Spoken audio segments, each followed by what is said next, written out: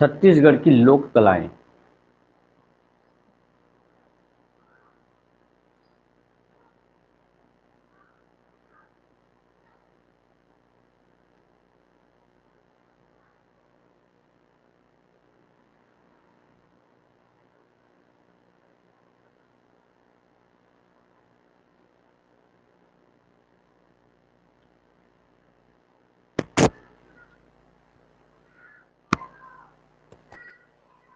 Topic सब लोग लिख लेंगे। छत्तीसगढ़ की लोक कला। लोक कला पर हम लोग बात करेंगे और उससे जुड़े हुए कौन कौन से चीजें छत्तीसगढ़ की लोक कलाओं का ये हमारे अंतर्गत आता है, हमारे राज्य के अंतर्गत आता है, इसको समझने का प्रयास करेंगे।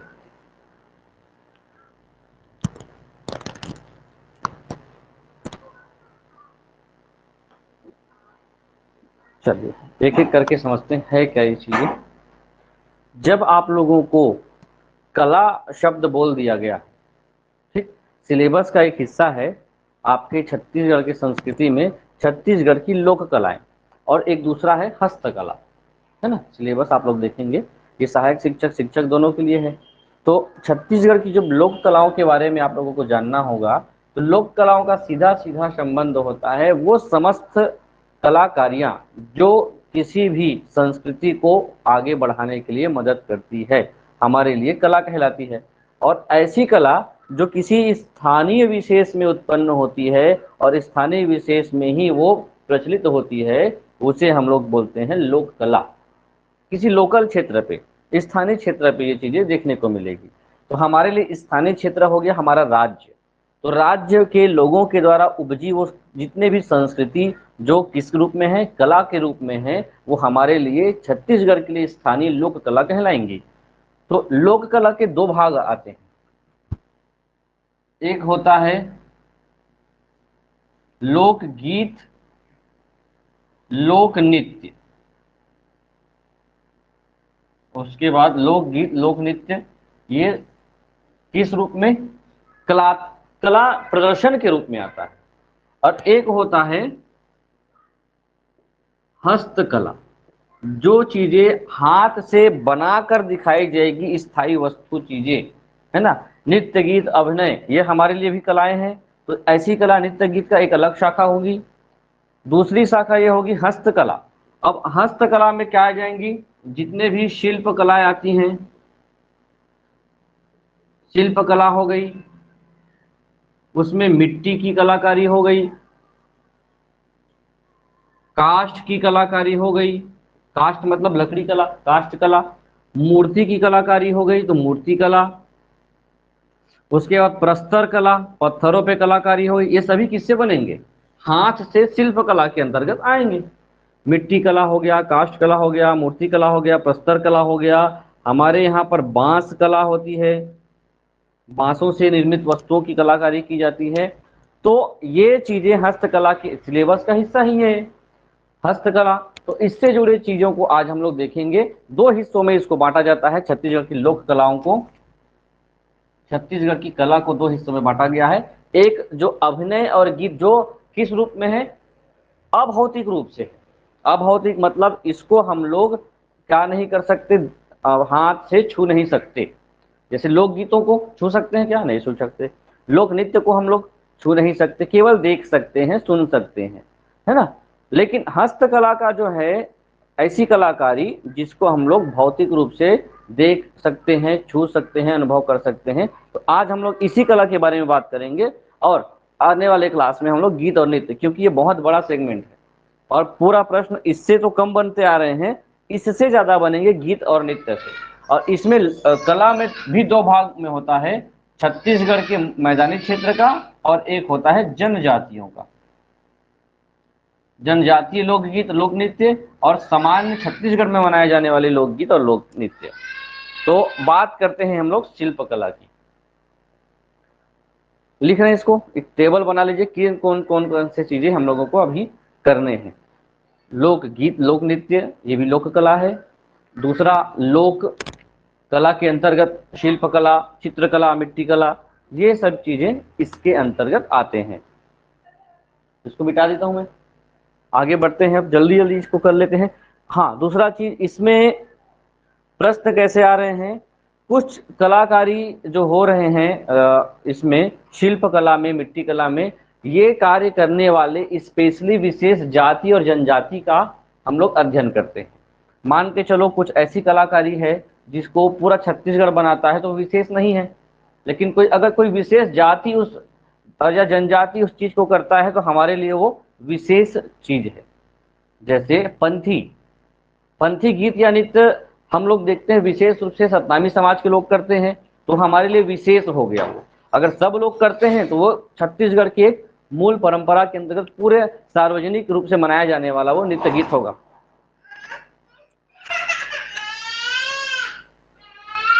ठीक, चलिए देखते हैं, आगे बढ़े। शिल्पकला में देखते हैं कौन कौन से शिल्पकला कहां कहां पे प्रचलित है, कहां कहां पे जाना माना गया है। शिल्पकला में पहला आ जाएगा, सबको दिख रहा है, मिट्टी कला या मिट्टी शिल्प। ज्यादा कुछ नहीं है, प्रश्न कैसे बन रहे हैं कि कौन सी जनजाति या किस क्षेत्र में मिट्टी से आज के समय में मूर्ति या कोई कलाकारी अभी किए जा रही है। जो गीली मिट्टी है उस मिट्टी को विभिन्न प्रकार के आकृति का रूप देना, आकृति के रूप देने के बाद उसको आग से पका करके बाजार में विक्रय करना, ये कलाकारी क्या कहलाएगी, मिट्टी शिल्प। अब मिट्टी शिल्प में क्या क्या चीजें आती हैं, आप पोला त्योहार में देखते हैं मिट्टी के बने हुए बैल मिलते हैं, तो वो किस रूप में मिलते हैं, पकी हुई मिट्टी मिलती है, तो वहां तक की कला, घड़े मिलते हैं। ये तो हम आसपास कुछ चीजें देखते हैं, लेकिन जो विशेष कुछ लोग हैं जो मिट्टी से बहुत अच्छे अच्छे सुंदर अलंकृत बना करके बाजार में बेचते हैं। तो राज्य के बस्तर का जो मिट्टी शिल्प है अपनी विशेष पहचान रखता है, उसके साथ साथ रायगढ़, सरगुजा, राजनांदगांव आदि का जो मिट्टी शिल्प है अपनी निजी विशेषताओं के कारण महत्वपूर्ण है। हमारे यहाँ पे मिट्टी शिल्प कला सभी जगह तो लगभग विलुप्त हो गई है, लेकिन सरगुजा का लखनपुरी विकास खंड में एक महिला है जो मिट्टी शिल्प कला में आज भी उनका बोलबाला है, कहा जाता है सोनाबाई, है ना। इनके द्वारा इतनी बारीकी से मिट्टी कला का निर्माण किया जाता है। पहले जो मिट्टी कला का निर्माण किया जाता था वो कुम्हार जाति के लोग करते थे, है ना, मिट्टी से बनने वाली चीजें कुम्हार जाति के लोग, मिट्टी के दिए, मिट्टी के घड़े, मिट्टी के अन्य अलंकृत चीजें। लेकिन यहाँ पर सभी क्षेत्र में वो चीजें कम होती जा रही है। आज छत्तीसगढ़ के कुछ हिस्से जैसे बस्तर क्षेत्र का एक है विकास क्षेत्र नगरनार, दूसरा नारायणपुर क्षेत्र, कोंडागांव का कौन सा पारा, कुम्हार पारा या कुम्हारपुरा, और एड़का, है ना, एड़ेंगा या एड़का क्षेत्र, ये अभी कुछ मामलों में है मिट्टी कला, बाकी बहुत जगह क्षेत्र में मिट्टी कला विलुप्त हो चुकी है। तो क्या ध्यान देना है इससे बहुत कम प्रश्न बने हुए हैं अभी तक, लेकिन सोनाबाई को ध्यान रखेंगे, मिट्टी कला में प्रसिद्ध है, कहां से, सरगुजा जिले की। अगला जो है कला जो है काष्ठ कला। काष्ठ का मतलब होता है काठ, और काठ का मतलब होता है लकड़ी। लकड़ियों से बने कलाकृति या कलात्मक चीजें जो आप देखते हैं वो आपको काष्ठ कला का उदाहरण माना जाता है। लकड़ी से जितनी चीजें बनती हैं, अब क्या क्या चीजें बन सकती हैं, तो हमारे यहाँ पर जो बस्तर का जो काष्ठ शिल्प कला है वो पूरे राज्य, पूरे देश नहीं बल्कि पूरे विश्व में प्रसिद्ध है। और कौन बनाते हैं, तो वहाँ बस्तर क्षेत्र के लगभग बहुत सारी जनजातियां इसका उपयोग करते हैं काष्ठ शिल्प कला को, और बहुत ज़्यादा लाभ अर्जित कर रहे हैं। बहुत अच्छा फिनिशिंग इनका काष्ठ कला में होता है। कौन कौन सी चीजें बनाते हैं, तो यहाँ पे मौर्य जनजाति का एक युवा गृह होता है घोटुल, वहाँ का जो श्रृंगार होता है लकड़ियों से बनाया जाता है, उसके खंबे, उसकी मूर्तियां, देवी झूला और कलात्मक मृतक स्तंभ, ये सब चीजें किससे बनेंगी, लकड़ी से, काष्ठ से। मृतक स्तंभ क्या होता है, मौर्य जनजाति या फिर आदिवासी क्षेत्र में, बस्तर के क्षेत्र में अगर कोई व्यक्ति क्या हो जाता है, मृत्यु हो जाती है, तो उनके याद में एक मृतक स्तंभ बनाया जाता है, और उस पे कुछ कुछ चीजें उनके बारे में लिखी जाती हैं, है ना। तो ये क्या कहलाता है? ये कहलाता है मृतक स्तंभ। और इसको जनजातीय भाषा में हनाल गट्टा कहते हैं। हनाल गट्टा एक मृतक स्तंभ होता है जो लकड़ी से बनाया जाता है। कोई भी व्यक्ति की मृत्यु हो जाती है तो उसको दफनाने के बाद उसके ऊपर बनाया जाता है। तीर धनुष बहुत बेहतर ढंग से काष्ठ कला के अंतर्गत आता है। कुल्हाड़ी पशु पक्षियों की आकृति इसके उदाहरण है। लेकिन काष्ठ कला में और ध्यान दें तो बस्तर क्षेत्र का तो काष्ठ कला प्रसिद्ध ही है, उसके साथ साथ सरगुजा क्षेत्र में और रायगढ़ क्षेत्र में भी काष्ठ कला को लेकर काम किया जाता है। छत्तीसगढ़ में कोरकू जनजाति के मृतक स्तंभ भी किससे बनाए जाते हैं? काष्ठ से। अगर आप कहीं घूमने गए हैं बस्तर क्षेत्र में तो जहां जहां पर्यटन स्थल है वहां वहां पर खास करके जो बड़े पर्यटन स्थल है जैसे चित्रकूट जलप्रपात के आसपास अगर जाएं या फिर आसपास और जो पर्यटन स्थल है वहां पर जो लकड़ी की बनी मूर्तियां आपको आसानी से मिल जाएंगी। बहुत सुंदर सुंदर मूर्तियां बनाई जाती हैं लकड़ियों की, और उसका रेट भी बहुत ज़्यादा महंगा होता है क्योंकि उसको बारीकी से बनाया जाता है कलात्मक ढंग से। अगर और बेहतर ढंग से उनको देखना है कि काष्ठ कला का उदाहरण, तो आप कहाँ चले जाइए? जगदलपुर का मानव संग्रहालय, बस्तरपुर जगदलपुर का मानव संग्रहालय म्यूजियम, वहां आप जाते हैं तो बहुत ज्यादा बारीकी से निर्मित काष्ठ कला जनजातियों के द्वारा ही, यहीं की स्थानीय जनजातियों के द्वारा ही बनी कलाकृति आपको देखने को मिल जाएगी। केपी मंडल एक बस्तर के व्यक्ति थे जो काष्ठ कला के लिए बहुत ज्यादा फेमस हुए। नाम लिख लेंगे, केपी मंडल। ये मुख्य रूप से लकड़ी के उदाहरण होते हैं, लेकिन लकड़ियों में एक और चीज होता है बांस। बांस से भी बहुत सारी कलाकृति बनाई जाती है जो हमारे लिए क्या करती हैं? एक तो रोजगार के साधन हो जाते हैं और दूसरा हो जाता है ये हमारे छत्तीसगढ़ की कला संस्कृति को बचाए रखने का एक उदाहरण बन जाता है। बांस शिल्प में कौन कौन से हैं? बस्तर रायगढ़ सरगुजा में बांस शिल्प के बहुत परंपरागत कलाकार हैं।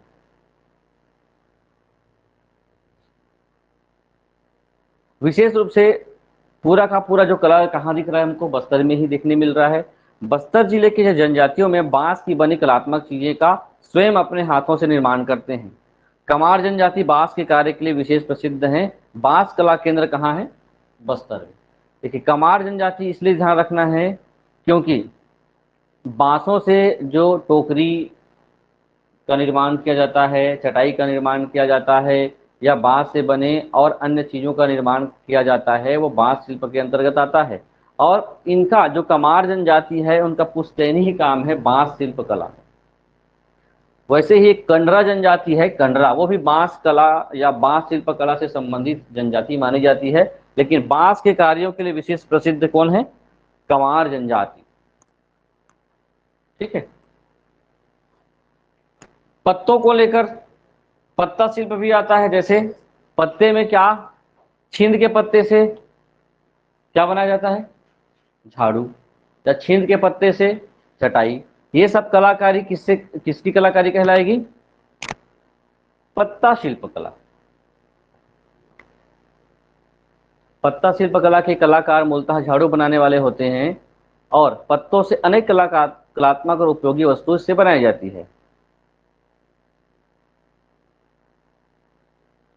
देखिए, इसलिए इसको पढ़ा जा रहा है क्योंकि ये आज के समय में कहाँ कहाँ पत्ता शिल्प कला होता है, इससे ज्यादा अब हमारे लिए इंपॉर्टेंट है कि इस कला को विशेष जनजाति की द्वारा किया जाता है, उसको बिल्कुल ध्यान रखेंगे। जैसे बांस के लिए कमार जनजाति प्रसिद्ध है, तो पत्ता शिल्प के लिए पनारा जनजाति या पनरा जनजाति। इन लोग क्या करते हैं? छींद के पत्तों का कलात्मक उपयोग करते हैं और इनका पुश्तैनी कार्य था क्या करना? पत्ता शिल्प कला में निपुण होना।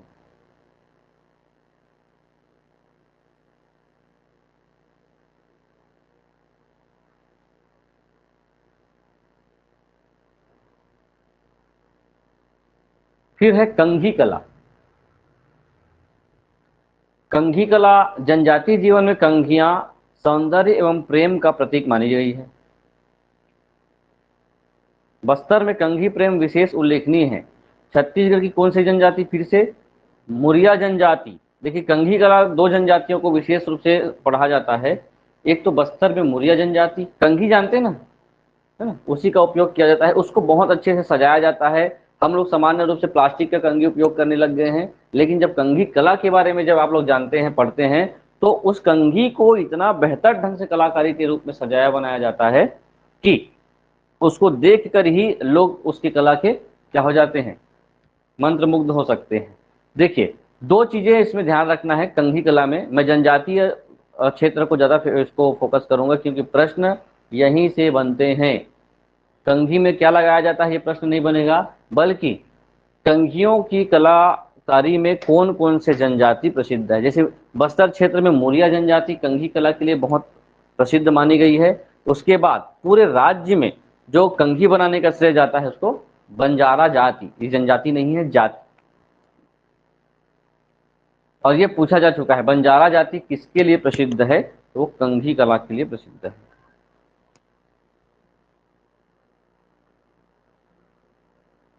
थोड़ा थोड़ा लिखते जाएंगे फिर हो जाएगा।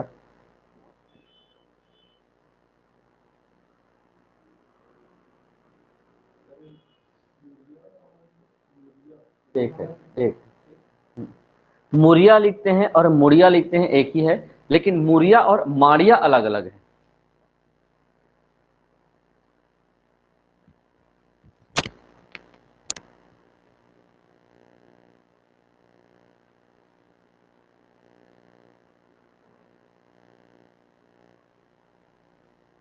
धातु कला,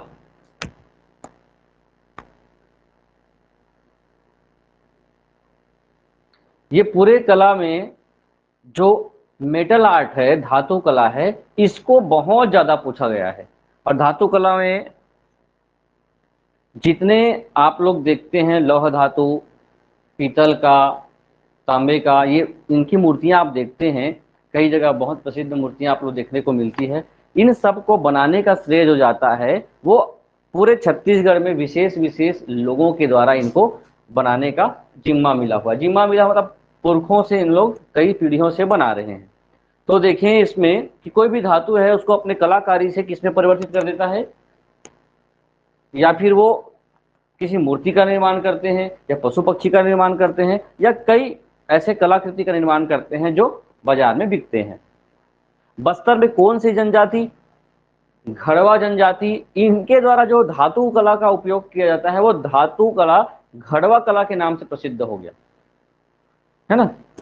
सरगुजा की तीन चार जो जातियां जनजातियां हैं उन लोगों ने क्या किया, धातु कला को आगे बढ़ाने के लिए कई पीढ़ियों से काम किया। जैसे सरगुजा की मलार जनजाति, कसेर जनजाति या भरेवा जाति। रायगढ़ में झारा, है ना, झारा जाति के लोग क्या किए हैं, इस धातु कला को आगे बढ़ाने का कार्य किए हैं। सरगुजा की तीनों जातियों में सबसे ज्यादा श्रेष्ठ कलाकारी मानी जाती है मलार जाति को। और मलार जाति का जो व्यवसायिक देवी देवता है वो है लोहा झाड़, क्योंकि इन्होंने लौह शिल्प कला को बहुत आगे ले जाने का कार्य किया। धातु के रूप में किसका उपयोग किया, लोहे का। और घड़वा जाति ने लोहे के साथ साथ जो मुख्य रूप से उपयोग किया वो था पीतल, कांसा और मोम, जिसको हम लोग घड़वा आर्ट कहते हैं, जो अभी हम लोग नीचे देखेंगे। तो ये ठीक है। प्रश्न जो नीचे में अंडरलाइन किया हुआ है उसको आप लोग लिख लेंगे, धातु कला में किस क्षेत्र की किस जनजाति के द्वारा कौन कौन से आर्ट्स में भाग लिए जाते हैं। बस्तर की कौन सी, बस्तर की घड़वा जाति, सरगुजा की मलार, कसेर और भरेवा जाति, और रायगढ़ के झारा।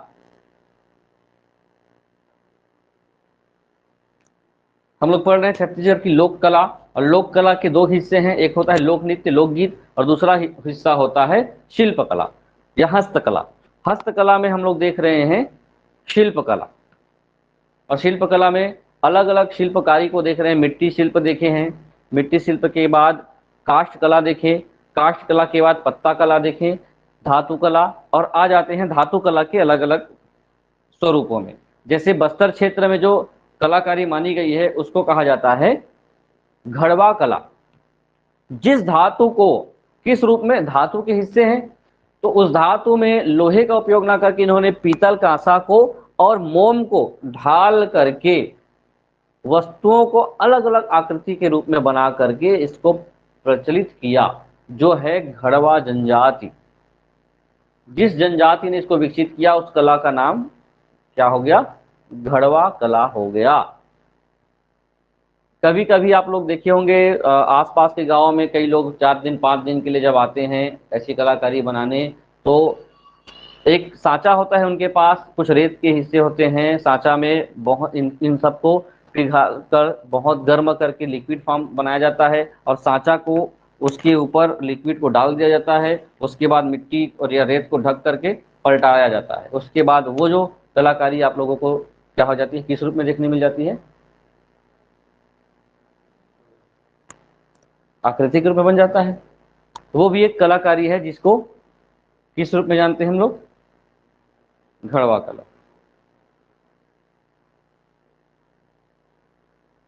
जो घड़वा शिल्प है इसके अंतर्गत देवी देवता, पशु पक्षी की आकृति तथा त्योहारों में उपयोग किए जाने वाले बहुत सारे सामानों को इन लोग उपयोग करते हैं।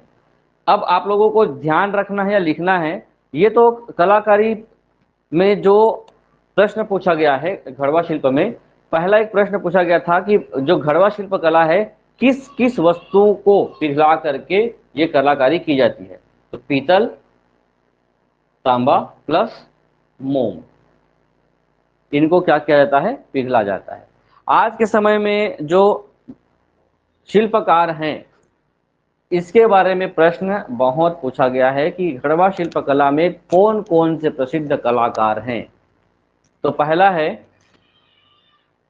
पेदुम, सुखचंद, जयदेव बघेल, मानिक घड़वा। इन लोग की कलाकारी राष्ट्रीय स्तर पर और अंतर्राष्ट्रीय स्तर पर प्रसिद्ध हुई, जिसको लेकर के इन लोगों को बहुत सारे पुरस्कार भी मिले हैं। जयदेव बघेल को, ये प्रसिद्ध कोंडा गांव के निवासी हैं जयदेव बघेल, अभी कुछ साल पहले ही इनकी मृत्यु हुई है, इनको पुरस्कार मिला था इस कलाकारी के लिए। मानिक घड़वा ये भी है नारायणपुर बस्तर क्षेत्र से।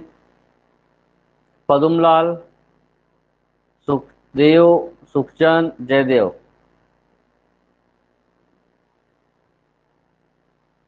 लिख भी सकते हो या पीडीएफ देख के बाद में उतार भी सकते हो, आप लोग जैसा इसको चाहें। पदुमलाल, मानिक, मनिया, सुखदेव, सुखचंद, ये सब याद रखना है। किस कला के लिए आएंगे ये? घड़वा शिल्प कला। जब हम लोग केवल और केवल लोहे को लेकर हम लोग कलाकारी करते हैं और लोहे से बने बहुत बड़े बड़े आकृतियां बनाते हैं, पशु पक्षी जीव जंतु देवी देवता या अन्य प्रकार की आकृतियां, तो ऐसी कला को हम लोग लौह शिल्प कला कहते हैं। ये भी बस्तर क्षेत्र में बहुत ज़्यादा प्रसिद्ध है और बहुत ज़्यादा महंगे इनका प्रोडक्ट होता है, क्योंकि ये स्थानीय कलाकारों के द्वारा बनाया जाता है ना, और इनके द्वारा जो बनी चीज़ें हैं वो महंगी होती है। और विशेष करके मुरिया और मारिया आदिवासी इनसे बने बहुत सारे जो कलाकृति हैं उसका उपयोग करते हैं। देवी देवता, पशु पक्षी, नाग आदि मूर्तियां भी इनसे बनाई जाती है। लौह शिल्पकला में एक अजय मंडावी करके नाम था। अजय मंडावी लौह शिल्पकला में बहुत प्रसिद्ध कलाकार हैं, कांकेर के हैं। उनको 2 साल पहले उसके कलाकृति के लिए भारत सरकार ने पद्मश्री दिया है। सुने हैं? नहीं सुने थे, होगा नाम यहीं कहीं। इसके बाद तीर धनुष बनाने के लिए भी ये चला है, ये भी एक कला है जो कहाँ देखने को मिलेगा? मुरिया जो आदिवासी हैं उनमें धातु से बने लोहे की किसी भी गर्म सलाख को जला करके कलात्मक अलंकरण बनाने की परिपाटी है। कौन सी जनजाति में? मुरिया जनजाति। प्रस्तर मतलब पत्थरों से की जाने वाली कलाकारी है। तो बस्तर क्षेत्र के चित्रकूट में पत्थरों पर शिल्पकारी आप लोगों को देखने को मिलेंगे। तो जितनी शिल्पकलाएं देखिए, मध्य क्षेत्र में तो मशीनों का उपयोग किया जा रहा है या फिर अन्य जगहों पे मशीनों से कलाकारी की जाती है, लेकिन आज भी हस्तकला के लिए प्रसिद्ध है। तो कौन प्रसिद्ध है? पूरा का पूरा बस्तर संभाग। वैसे ही मुखौटा कला, मुखौटा बनाने का भी प्रचलन है। आज आर्टिफिशियल मुखौटे आप लोगों को मार्केट में मिल जाएंगे, लेकिन हाथ से बनाए हुए मुखौटे की परंपरा आज भी है, जिसपे अलग अलग, जैसे झांकी का कार्यक्रम होता है तो आप लोगों ने देखा होगा बहुत सारे कलाकार अलग अलग आर्टिफिशियल जो बने होते हैं उसको उपयोग करते हैं। लेकिन बस्तर क्षेत्र में एक जनजाति है भतरा जनजाति, और भतरा जनजाति के द्वारा जब तैयार किया जाता है मुखौटा, तो वो मुखौटा भतरा नाट में विशेष रूप से इसको उपयोग किया जाता है। अलग अलग पात्र का अभिनय किया जाता है, तो उस पात्रों के जो मुखौटे बनाए जाते हैं वो हाथ से बनाए जाते हैं, हाथों से बनाए जाते हैं, जिसका उपयोग नृत्य में, नाटक में, उत्सव में, ये सब में किया जाता है। वैसे ही भतरा जनजाति के साथ साथ मौर्य जनजाति भी मुखौटे को अलग अलग पूजा पाठ के लिए क्या करते हैं, उपयोग में लाते हैं। जैसे आप लोगों को कल मैं बताया था कि एक छेरछेरा पर्व में क्या होता है, छेरता पर्व होता है, छेरता उत्सव। उस समय मुखिया, जिसे नकटा कहते हैं, लड़का जो होता है वो क्या पहना रहता है, मुखौटा पहना रहता है। नकटा नकटी नृत्य जो होता था वो छेरछेरा के समय होता है।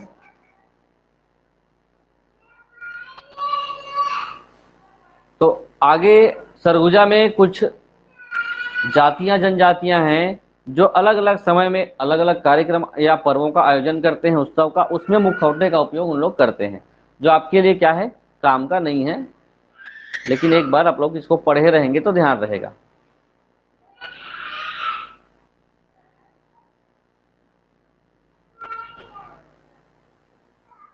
लकड़ी से बने कलाकारी में दो प्रकार के कलाकारी जो पर्व से संबंधित है या नृत्य गीत से संबंधित है, वो है पहला मेघनाथ स्तंभ।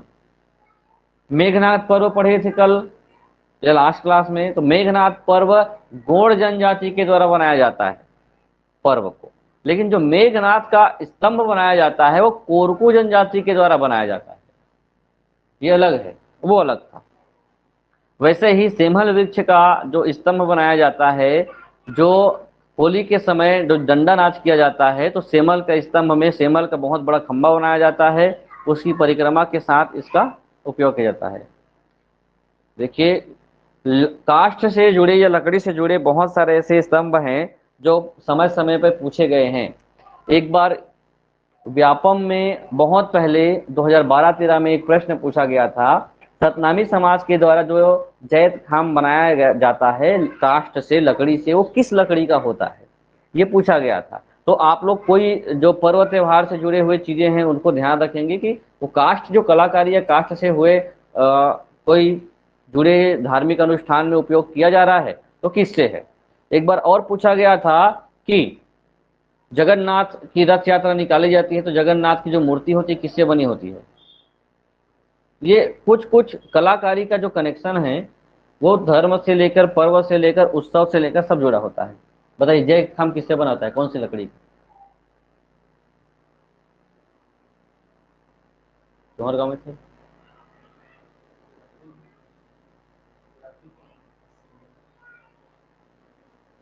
आप सीमेंटेड हो गया है, लेकिन मूल रूप से उसको लकड़ी से ही बनाकर उपयोग किया जाता था। अब तो आर्टिफिशियल मतलब सीमेंटेड बना दिया गया है कई गांव में। जो जैत खाम है वो साल वृक्ष का होता है। ठीक,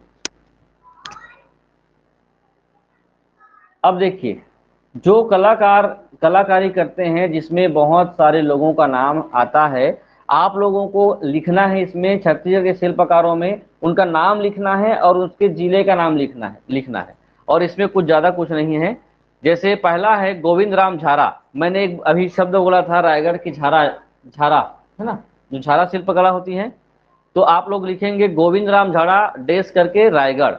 उसके बाद आगे वही कहानी है कि इन्होंने शिल्पकला में काम किया, अलग अलग शिल्पकला में, और माना जाता है कि इस गांव में ये ऐसे कलाकार थे जिन्होंने अपनी कला का प्रदर्शन देश विदेश में किया, और अपने गांव में जब इन्होंने शुरुआत की तो इनसे जुड़ करके बहुत सारे लोग क्या किए, जुड़ते गए, और एक कला ही शुरू हो गई जो झाड़ा शिल्पकला के नाम से चलना शुरू हो गया। तो कहाँ के हैं, रा गोविंद राम झाड़ा रायगढ़ के। वैसे ही उनका एक परिवार का हिस्सा भाई है, क्या नाम है, रामलाल झाड़ा।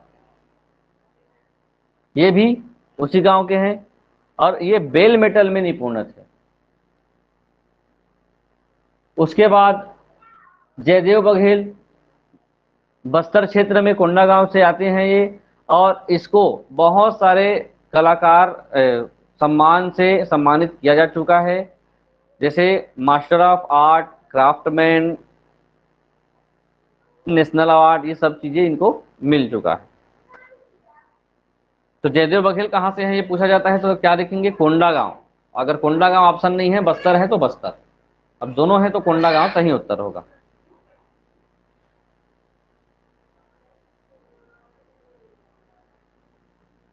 फिर है गेंदराम सागर, ये शक्ति जिले के हैं। इन्होंने भी जो पत्थरों पे चित्रकारी है उस पर काम किया, नॉर्मल चित्रकारी है उस पर काम किया, और ये तो साहित्यकार भी थे और कलाकार थे, दोनों क्षेत्रों में इन्होंने अपने कला का प्रदर्शन किया।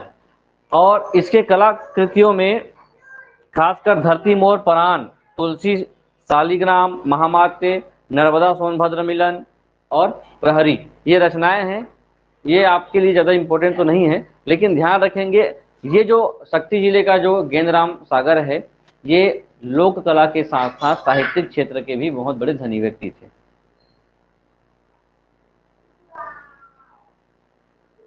इसका नाम अभी बताया था मैं, सोनाबाई। सोनाबाई किस कला से हैं, सबसे पहला हम लोग टॉपिक पढ़े थे मिट्टी कला से, तो सोनाबाई मिट्टी कला से कहां से होंगे, सरगुजा के लखनपुर। तो सोनाबाई डेस लिखेंगे लखनपुर जिला सरगुजा। इसके बाद नगरनार में भी कलाकारी है जिसका नाम वृंदावन है। वृंदावन नाम के व्यक्ति ये बस्तर संभाग के नगरनार में मिट्टी शिल्पकला को लेकर के काम कर रहे हैं। फिर वहीं पर नारायणपुर क्षेत्र के झितरूराम, बस्तर क्षेत्र लिख लेंगे, बस्तर संभाग, झितरूराम, वृंदावन, ये सभी मिट्टी से बने कलाकृति, मिट्टी से कलाकृति बनाई जाती है, उनको पकाया जाता है, पकाने के बाद उनको बाजार में ला करके बेचा जाता है। वृंदावन कलाकार का नाम है झितरूराम। देवनाथ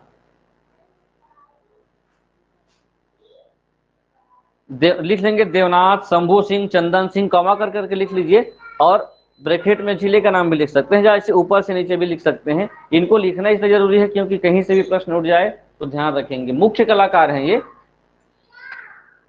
और पूछा गया तो पूछा गया, नहीं तो आप लोगों को ज्यादा जोर नहीं देना है, ध्यान रखना है कि इन लोग इस कला से संबंधित है। ये पूरे मिट्टी कला के लोग हैं ना, चंदन सिंह मिट्टी कला, शंभू सिंह मिट्टी कला, देवनाथ मिट्टी कला, सभी बस्तर क्षेत्र से हैं, जो कॉमा कर करके आप लोग इसको लिख सकते हैं।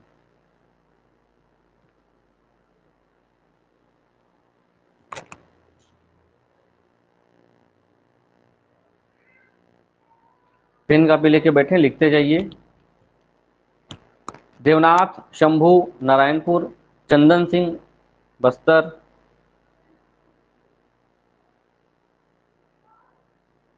11वां नंबर का जो व्यक्ति है ये मिट्टी कला से संबंधित नहीं है, ये घड़वा शिल्प से संबंधित है। मानिक नाम से है, मानिक घड़वा। ये कहां से संबंधित है, ये किससे से, शिल्प कला, कौन सा शिल्प कला, घड़वा शिल्प कला।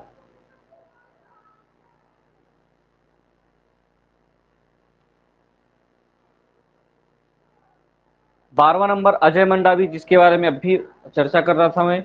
अजय मंडावी कांकेर निवासी हैं। इनकी कला सौंदर्य नवीन आयामों को स्पर्श करता है, पद्मश्री से सम्मानित। कौन सी कला, लौह शिल्प कला।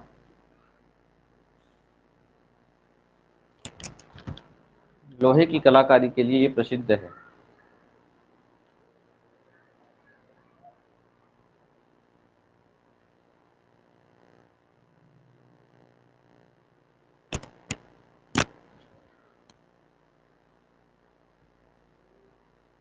ये किस कला के बारे में हम लोग बात किए, शिल्प कला, है ना। शिल्प कला ऐसी कला है जिसको हम लोग किस रूप में समझते हैं, हम अलग अलग रूपों में पत्थरों से, मिट्टी से, लकड़ी से या फिर पत्तों से जो भी कलाकारी बन जाती है उनको हम लोग पढ़े हैं। और खास करके ऐसे कला क्षेत्र जो किसी जनजाति विशेष से संबंधित है उसको भी हम लोगों ने ध्यान दिया। अब शिल्प कला में या हस्तकला में हाथों से बनाई गई कलाकारी को फिर से पढ़ेंगे, और किस रूप में पढ़ेंगे? चित्रकला के रूप में। चित्रकला मतलब जो बनाई जाएगी, छापी जाएगी, वो चित्रकला है। और शिल्पकला क्या थी? जो हम लोग बना करके किस रूप में रखते हैं? मूर्ति के रूप में या पशु पक्षी की आकृति के रूप में रखते हैं, हार्ड रूप में, कठोर रूप में, ठोस रूप में। और ये चित्रकला है जो किसी स्थान विशेष में ही छापी जाएगी, बनाई जाएगी।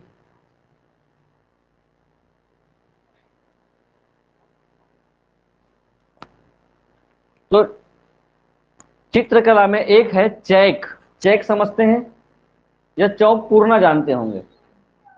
वो कलाकारी, चौक या रंगोली, जो किस में आएगी? चित्रकला में आएगी।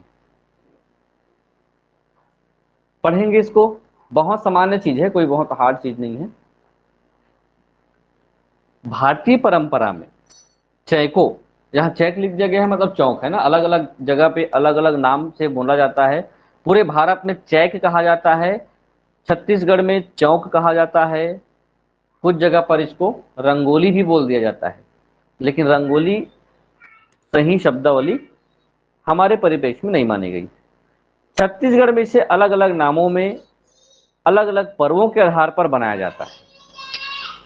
डंडा चौक होता है, बिहई चौक होता है, छठी चौक होता है, गुरवारिया चौक होता है, बेलिया, चांदनी, सकरी, गोलबारी, कदापान, कुसियारा, पुरैन पान, ये सब कलाकारी चित्रकारी बनाई जाती है जो अलग अलग पर्व त्योहार से इनका संबंधित होता है।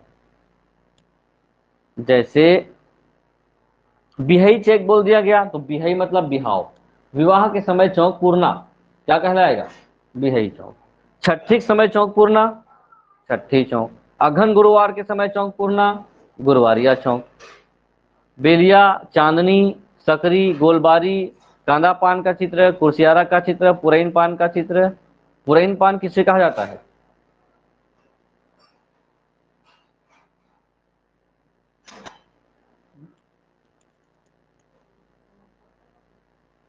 कमल के फूल। जैसे चौक पुरते हैं तो किसका किसका बनाते हैं? या तो पग, पैरों का चिन्ह बनाते हैं, बेल बूटे से ज्यामितीय आकृति बनाई जाती है, या कोई सीरिया श्रृंखलाबद्ध ढंग से सज्जा की जाती है। गांव में पहले एक चौक पुरने का लोहे का मतलब इसको बोल सकते हैं लोहे का, उसके पीछे आकृति को सुई से छेद कर करके लोहे में ही बनाया जाता था,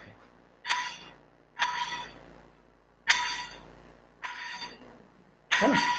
उसको ज्यादा बड़ा नहीं होता, उस पे आटा डाल दिया जाता है और उसको जमीन पे पटका जाता है, तो फिर उसकी आकृति छपती जाती है ना? वो सभी के घर में, पुराने जो रिवाज मानते हैं सभी के घर में उपलब्ध होंगे। लोहे का होता है। अब लोहा बोल रहा हूं तो बहुत बड़ा लोहा इमेजिन मत करिए, छोटा सा जिसको हाथ में आसानी से पकड़ा जाता है, लोहा टीना, पतला टीना। चलिए अब एक एक चौक को देखते हैं, जल्दी जल्दी देखिए। किस चौक का उपयोग कब किया जाता है? देखिए, डंडा चैक या डंडा चौक, ये पूजा पाठ जब होता है या खास प्रयोजन होता है या दशहरा पूजा की जाती है तो इस चौक को बनाया जाता है। बनाएंगे किससे? कभी कभी आटे से या कभी कभी धान से इस चौक को बनाया जाता है। इसके ऊपर पीढ़ा रखा जाता है और पूजा प्रतिष्ठा की जाती है। और एक मान्यता है छत्तीसगढ़ की परंपरा में, जब चौक को किया जाता है तो इसको कौन करता है? सुहागिन महिलाएं ही इसका उपयोग करती हैं, है ना? तो इस डंडा चौक को कौन कौन से रूप में ऐसे बना दिया जाता है? कभी कभी ऐसे, यहाँ पीढ़ा रख दो, यहाँ पे कुछ ऐसे ऐसे और बना दो, अलग अलग आकृतियां बनाई जाती है ना, समय समय में। तो इसके ऊपर पीढ़ा रख के अनुष्ठान कार्य किए जाते हैं। कभी कभी धान को ऐसे रखा जाता है पुरहोनी जैसे, तब भी इसका उपयोग किया जाता है। उसके बाद विवाह के समय जो चौक पूरा जाता है उसको कौन सा चौक बोला जाएगा? ये भी इस कलाकारी को बिहाई चौक।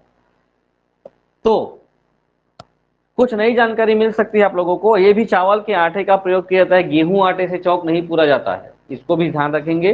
और जब विवाह किया जाता है तो जो वर पक्ष और कन्या पक्ष दोनों तरफ से होते हैं, तो 5 दल वाला चौक कन्या का विवाह के साइड किया जाता है, 5 दल वाला मतलब 5 लाइन वाला, और 7 दल वाला जब वर पक्ष की तरफ किया जाता है। जब लड़कों का विवाह करेंगे तो जो घर का निर्माण किया जाएगा, है ना, तो कितने दल में किया जाएगा? 7 दल में। लड़कियों के विवाह के समय में, लड़की की शादी है तो जो चौक पूरा जाएगा वो कितने दल का होगा, कितने लाइन का होगा?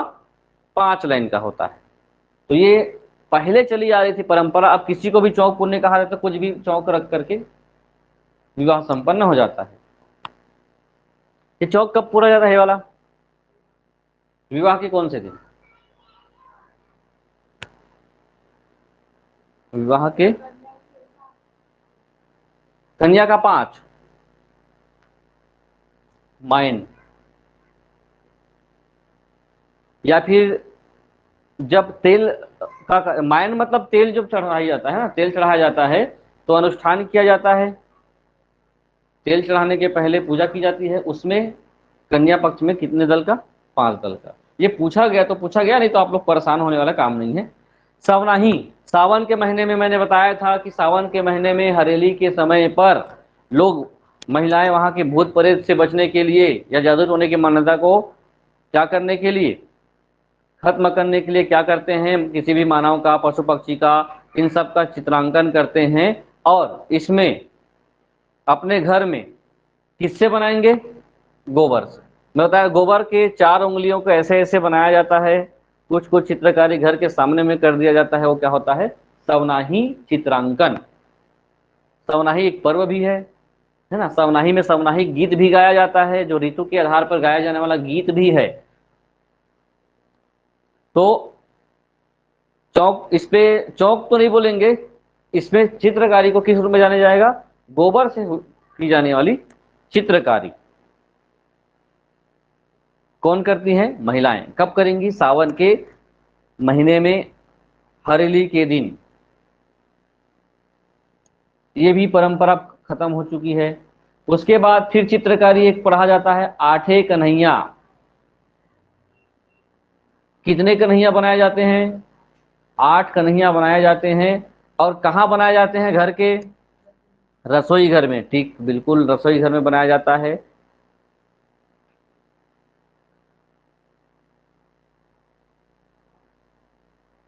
चित्र बनाकर, जो कृष्ण के पहले जन्मे शिशुओं का प्रतीक है। दो इसका कॉन्सेप्ट आता है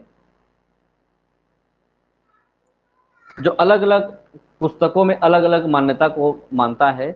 एक मान्यता यह है, महिलाएं इसको 8 कन्हैया को बनाती हैं, 8 पुतलियां की पूजा करता है ना। ऐसा माना गया है कि श्री कृष्ण के जन्म के पहले, है ना, देवकी के कितने पुत्र हो चुके थे? 8, है ना। तो 8 पुतलियां बनाई जाती हैं उसी को लेकर के। उसके बाद एक समान रूप से 8 कन्हैया का चित्रकारी कब किया जाएगा? कृष्ण जन्माष्टमी में। एकदम सिंपल चीज, ध्यान रखेंगे, जोड़ देने की आवश्यकता नहीं है, उसमें 8 कन्हैया बनाया जाता है, ये भी चीज है। उसके बाद तीजा के समय हरतालिका बनाया जाता है। बनाए हैं क्या आप लोग? देखें हरतालिका चित्र। ये चीजें अब विलुप्त हो गई हैं, कई स्थानों पे बनाई जाती हैं, कई स्थानों पे हरतालिका का जो चित्रांकन है वो किया जाता है, कई जगह नहीं किया जाता है। सबसे ज्यादा पूछा गया है चित्रकला में, वो पूछा गया है 5वें नंबर को। कौन सा? चित्रकला। नोहडोरा क्या है? तो नोहडोरा है चित्रकारी है। ये क्यों किया जाता है और कब किया जाता है, इसको समझ लो। जब कोई व्यक्ति नया घर बनाते हैं तो नया घर के बनाते के समय पर दीवालों पे गहन अलंकरण बनाया जाता था। उसको, मिट्टी का जो घर होता था उसमें विशेष करके नोहडोरा अंकित होता था, बड़े बड़े उभार वाले। याद करिए, कई के घर में नोहडोरा का अंकन किया गया होगा। दिवाली का, हाँ, चित्रांकन वैसे होगा, लेकिन मिट्टी के उभार वाले, उसको उभार वाला ही रहता है, मिट्टी से ही बनाया जाता है। नया घर बन गया तो मिट्टी को ऐसे छाप करके बना दिया जाता है, गीले दीवालों पर बना दिया जाता है। पशु पक्षी का चित्र हो गया, फूल पत्ती का, पेड़ पौधे का, वो कहलाता है नोहडोरा। अभी आप लोगों को देखने तो नहीं मिलेगा, क्योंकि ये चीजें अब क्या हो गई हैं, लुप्त हो गई हैं। गोवर्धन पूजा के समय क्यों नहीं आएगा, हाँ आएगा। पक्की घर में भी बनता है ऐसे वाला, कुछ कुछ ऐसे टाइप का कुछ बनाते हैं क्या? देखिए हो ना चित्रकारी, तो देखिए हो ना, ये वाला नोडोरा वाला नए घर में भी बनता है। गोवर्धन पूजा के समय, गोवर्धन पूजा जब होता है तो आप लोगों को एक ध्यान होगा कि जिस दिन गोवर्धन पूजा होता है उस दिन महिलाएं घूमती रहती हैं, राउत जाति की महिलाएं। और गोवर्धन पूजा के दिन जब घूमते हैं तो धान की जो कोठी होती है वहां पर उन लोग जाते हैं और क्या बनाते हैं, वहां पे चित्र बनाते हैं। ठीक, जो चित्र बनाया हुआ रहता है वो चित्र पहले बनाया जाता है, उसके बाद जो गोवर्धन पूजा करने जो पुरुष लोग आते हैं सोही मानने, उस समय अपने मालिक को धन्यवाद देते हैं ना, एक दोहा बोला जाता है इसमें गोवर्धन पूजा के समय, जैसन के लिए दियो तैसन दियो आशीष। सुने हैं, नहीं सुने? उस समय सभी के घर में बोला जाता है जैसे के लिए दियो तैसे दियो आशीष, धन धान भरपूर रहे तुम जियो लाख बरिस। उसके बाद गोबर को ऐसे ऐसे करते रहते हैं, है ना, दोहा बोलते बोलते। और उस गोबर को जब बोलने के बाद जो महिलाएं चित्रकारी की रहती हैं धान की जो कोठी में, उस पर जाकर के उस गोबर को लगाया जाता है। ठीक है, ध्यान नहीं दिया होता। उस गोबर को ऐसे ऐसे करते रहते ना, दोहा पढ़ते पढ़ते, जो सुख धोना बोलते हैं, जो धान में दिया वगैरह रख के उस धान को लोग रखेंगे। और जो गोबर जो रखा रहता है, जो गोवर्धन पूजा की जा रहती है ना, घर वाले गोवर्धन पूजा करते हैं, उसी गोबर को ही उस दीवार पर जहाँ धान की कोठी होती है, जहाँ महिलाएं क्या बना के रखी हुई हैं, चित्र बना के रखी हुई हैं, उस पे लगाया जाता है। वैसे कितने हैं।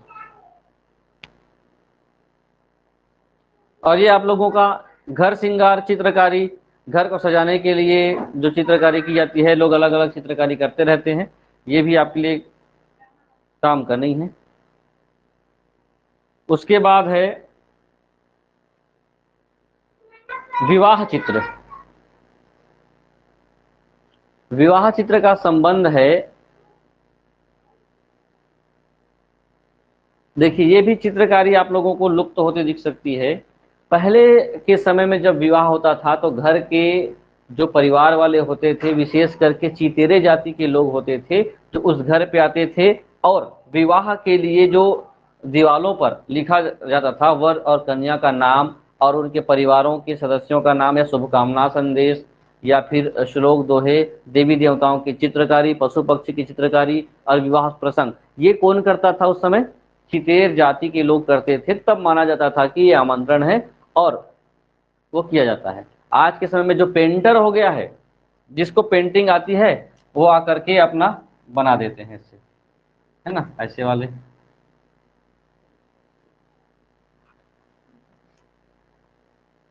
तो ये चीजें भी लुप्त हो गई हैं। यह परिवार आपका हार्दिक स्वागत करता है ऐसे। इसका भी बहुत जल्दी ट्रेंड बदला है, बहुत जल्दी ट्रेंड बदला है। लोग अलग अलग तरीके से अब पेंटिंग करवाते हैं और उसमें देवी देवताओं के चित्र आपको देखने नहीं मिलेगा, पशु पक्षी के चित्र आपको देखने नहीं मिलेगा, है ना, और कई अन्य कलाकृतियां आपको देखने को मिल सकती हैं। हिंदू रीति रिवाजों के जो चित्र देखने को मिलेंगे, सहनाई के चित्र मिलेंगे और वाद्य यंत्र के चित्र मिल जाएंगे, लेकिन देवी देवता और पशु पक्षी के चित्र आपको नहीं मिलेंगे। ये जो चितेर जाति के लोग हैं, ये उसी को काम करते थे, चित्रांकन का काम करते थे। अब जिसको आता है वो करता है। एक और कलाकारी है जो अब तक पूछी गई बहुत महत्वपूर्ण कलाकारी में माना जाता है, गोदना शिल्पकला, चित्रकला। लोक चित्र शैली में बहुत उदाहरण है और ये बहुत प्रसिद्ध है, बहुत फेमस चीज है। कहाँ पर? हमारे छत्तीसगढ़ में। गोदना टैटू, है ना, इसको हम लोग अपने भाषा में गोदना कहते हैं और इंग्लिश में इसको कहा जाता है टैटू।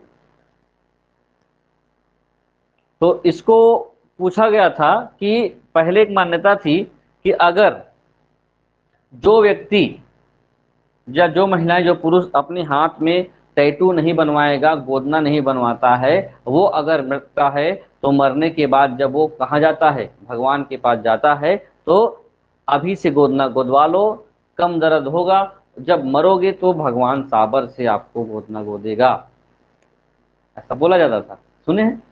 हाँ, तो ऐसा कुछ नहीं है, एक कलाकारी है ये। इसका जनजातियों में बहुत ज्यादा मान्यता है ना।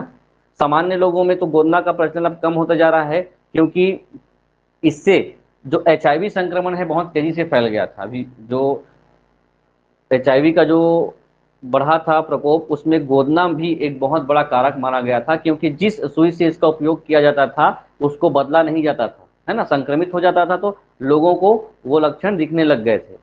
तो ये आभूषण के रूप में या फिर एक चित्रकला के रूप में इसका उपयोग किया जाता है। और ये माना गया है कि गोदना जो चित्रकारी है वो चिर संगनी, जीवन भर साथ रहने वाली कलाकृति है, जो मरने तक आपके साथ देगी, जिंदगी के साथ भी और जिंदगी के बाद भी ये गोदना आपके साथ रहेगा।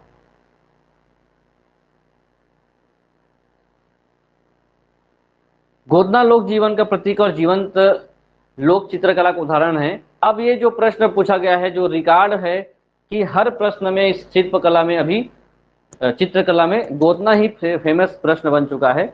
जो कुंजर जनजाति है, बंजारा जाति है और ओझा गोड़, ये लोग गोदना गोदते हैं, है ना, घर घर जाकर के गोदना गोदवालो करके गोदना गोदते हैं, टैटू बनाते हैं।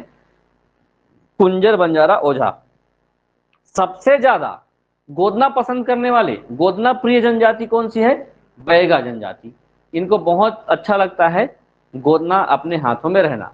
और वहीं सर्वाधिक गोदना गोदवाने वाली जनजाति है कमार।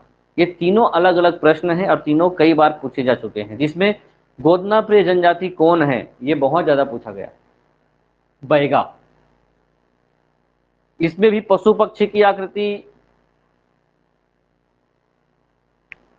या फिर नाम या देवी देवताओं के चित्र टैटू के रूप में बनवाए जाते हैं। आजकल टैटू का जो प्रचलन है वो बहुत अलग अलग तरीकों से आ चुका है। कुछ टैटू परमानेंट होते हैं, कुछ अस्थायी होते हैं, निकल जाते हैं।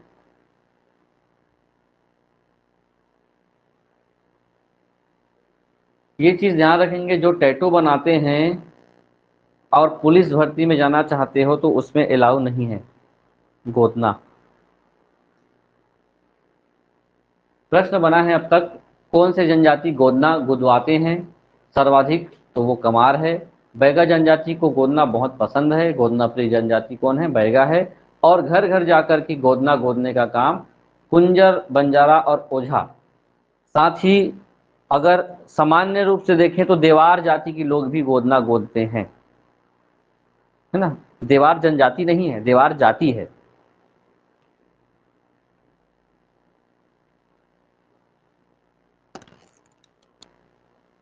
वैसे ही चितेरे जनजाति के लोग का फिर प्रसिद्ध है एक बालपुर चित्रकला।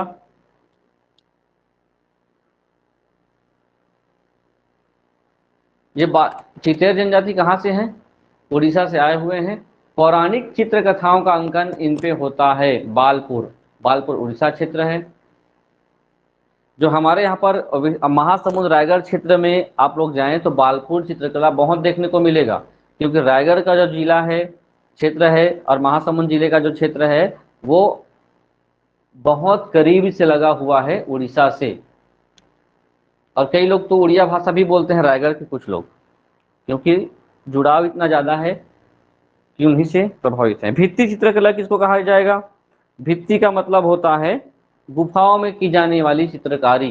तो आप लोगों ने छत्तीसगढ़ के इतिहास में देखा था कि जो गुफाओं में चित्रकारी की जाती है वो भी हमारे लिए एक चित्रकला का उदाहरण है। जैसे सिंघनपुर की गुफा, कबरा पहाड़ की गुफा, ये सभी ऐसी गुफाएं हैं, रायगढ़ जिले में स्थित हैं। यहाँ पर जब ये आप जाते हैं तो बहुत सारे पौराणिक चित्रकला जो पाषाण काल से संबंधित हैं वो आपको स्पष्ट रूप से देखने को मिलेगा। चित्रकला का सबसे अंतिम स्वरूप है हाथा। इसका उपयोग हाथ से बनाए गए थापों को ही हाथा कहा जाता है। अधिकतर जो नए घर बनाते हैं और घरों का जो पूजा पाठ किया जाता है उस समय नए घरों में वहां पर हाथा देने का प्रचलन आज भी चलता है। हाथा कौन देता है, इसको भी लेकर के आप लोगों को जानकारी होनी चाहिए। जो बेटी होती है मायके पक्ष की, है ना, वही उस नए घर में हाथा देते हैं, जहां तक मैंने अब तक देखा। यही प्रचलन में है। हाँ, यही चलता। आप लोग कौन कौन जानते हैं इसको बताइए। जैसे आप नया घर बनाए हो, और नवीन घर बनाने में ही हाथा देने का प्रचलन बहुत ज्यादा है। नया घर बना तो जो बेटी है उन्हीं के द्वारा क्या किया जाता है, हाथा दिया जाता है अधिकतर। जैसे शादी होके चली गई है तो वो हाथा देंगी, या फिर कन्या अभी भी है वो घर में क्या करते हैं, हाथा देते हैं। ऐसे 2 बार ऊपर, 2 बार नीचे, 1 बार बीच में, इसको कहा जाता है हाथा देना। अब आप लोग कमेंट्स करिए कि क्या सही है ये कि नहीं है। कुछ महिलाएं जुड़े हैं, मैं नाम पढ़ दूंगा, आप लोग बताएंगे कि कितने लोगों ने हाथा दिया है।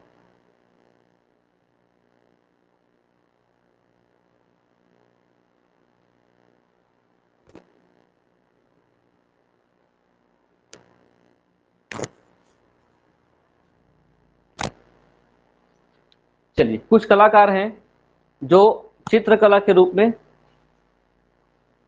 चित्रकार के रूप में हमारे राज्य में प्रसिद्ध हैं। इसको जल्दी से देख लेंगे। नाम बहुत महत्वपूर्ण है, क्योंकि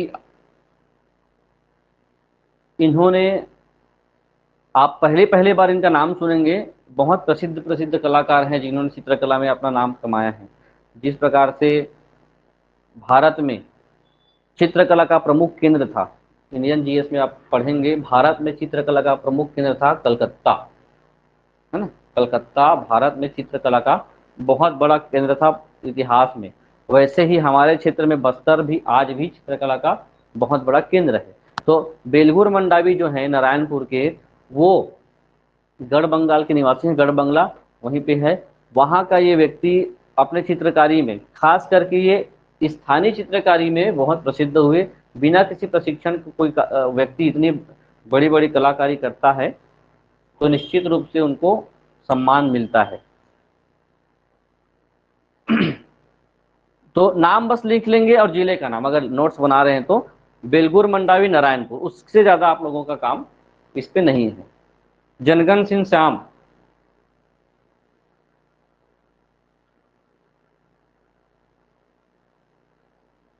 ये किसके लिए प्रसिद्ध है, गोंडी चित्रकारी के लिए प्रसिद्ध कलाकार हैं।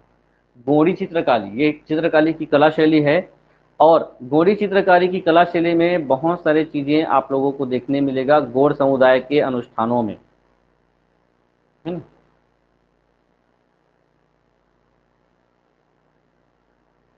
आनंद सिंह श्याम और कलावती गौड़, ये भी हैं किसमें, गौड़ी अलंकरण में। नाम लिखेंगे।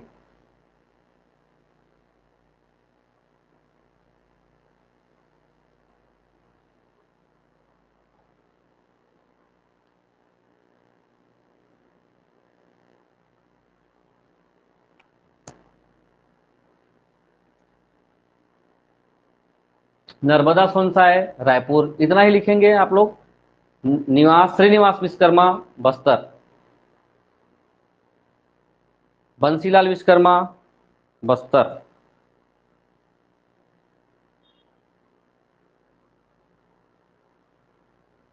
तो ऐसे कुछ कलाकार हुए।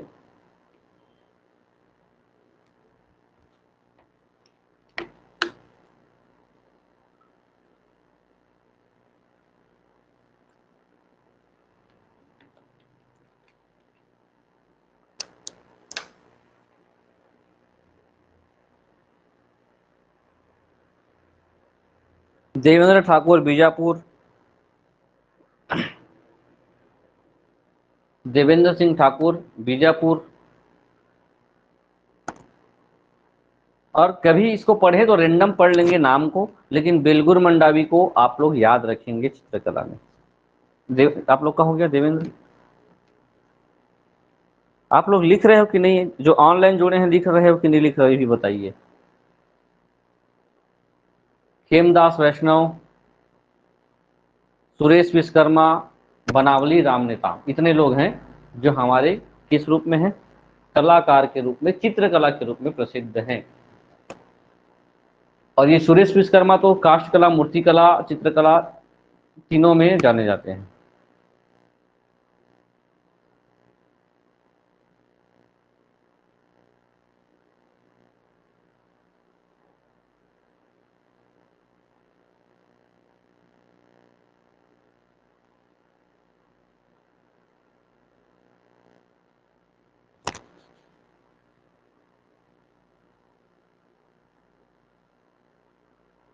जितने लोगों का नाम था वे लोग किस रूप में थे, पौराणिक चित्रकार बहुत पहले की चित्रकारी के रूप में है। आज जो चित्रकारी का जो या चित्रकला का जो स्वरूप है वो बहुत ज़्यादा बदल चुका है। आज के समय में पहले जो चित्रकारी करते थे हम लोग अपने हिसाब से अपने तरीके का एक नया चित्रकला का पैटर्न विकसित किए, लेकिन हमारे राज्य में परंपरागत ढंग से चित्रकला को और आगे बढ़ाए रखने के लिए एक कहना चाहिए सिस्टमेटिक ढंग से चित्रकला को सीखने सिखाने का कार्य आज किया जा रहा है, तो वो हम आधुनिक चित्रकला के रूप में देखते हैं, जिसका पूरा श्रेय हमको जाता है इंदिरा कला संगीत यूनिवर्सिटी खैरागढ़। यहाँ पर जो चित्रकला सिखाई जाती है, बताई जाती है, वो राष्ट्रीय अंतर्राष्ट्रीय स्तर पर प्रसिद्ध है। आज भी एशिया का और कहना चाहिए एकमात्र संगीत और कला यूनिवर्सिटी आज भी हमारे लिए पढ़ा जाता है खैरागढ़ में। आप लोग इसको देखेंगे तो अगर जिस जगह पे जाएं, खैरागढ़ घूमते जाएं, तो यहाँ जो क्लास चलती हैं हर दिन स्टूडेंट को टास्क मिलता है, तो कई बच्चे रोड पे, बाजार पे, बस स्टैंड में देखने घूमते मिलते रहते हैं और जो भी कलाकारी देखते हैं उसको बनाने का प्रयास करते हैं। स्केच मिलता है हर दिन, इतने स्केच आपको करके लाने हैं। हमारे यहाँ छत्तीसगढ़ राज्य का, प्रदेश का मुख्य चित्रकला केंद्र अभी रायपुर को ही माना गया है ना, और खैरागढ़ यूनिवर्सिटी के रूप में जाना जाता है। पहले बीएसपी में एक आर्ट गैलरी हुआ करती थी, जो लोक चित्रकला का प्रदर्शनी वहाँ लगाया जाता था, लोग वहाँ देखते थे, सीखते थे और इनसे जुड़े रहते थे। कुछ लोग का नाम है जो आप काम का नहीं है, लेकिन ये ध्यान रखेंगे चित्रकला के रूप में हमारे यहाँ जो कार्य किया जा रहा है वो बच्चों को स्पेशली पढ़ाई के माध्यम से जो चित्रकला सीख रहे हैं वो खैरागढ़ यूनिवर्सिटी है। और इससे संबंधित आज बहुत सारे विद्यालय भी बन चुके हैं, महाविद्यालय भी खुल चुका है। तो ये किस रूप में पढ़े हम लोग, छत्तीसगढ़ के हस्तकला के रूप में इसको हम लोग पढ़े हैं। कल लोकगीत, लोक नृत्य, कौन कौन से समय में कौन कौन सा लोक नृत्य, कौन कौन सा लोकगीत, कौन पर्व त्योहार में गाया बताया जाता है, बहुत महत्वपूर्ण है। इसको आप लोग ध्यान दें, पढ़े लिखे भी। आज बहुत लोग एब्सेंट भी हैं।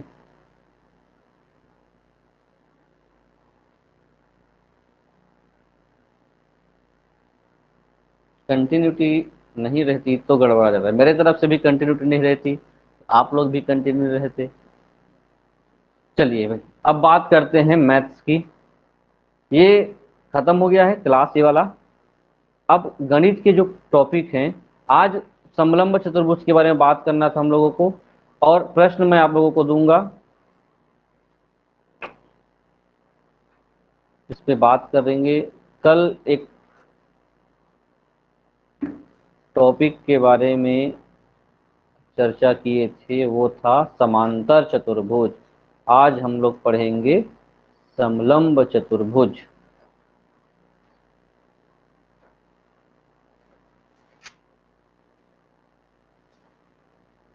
इसमें समांतर चतुर्भुज के दो प्रश्न थे जो आप लोगों को देखने पड़ने चाहिए, वो था ये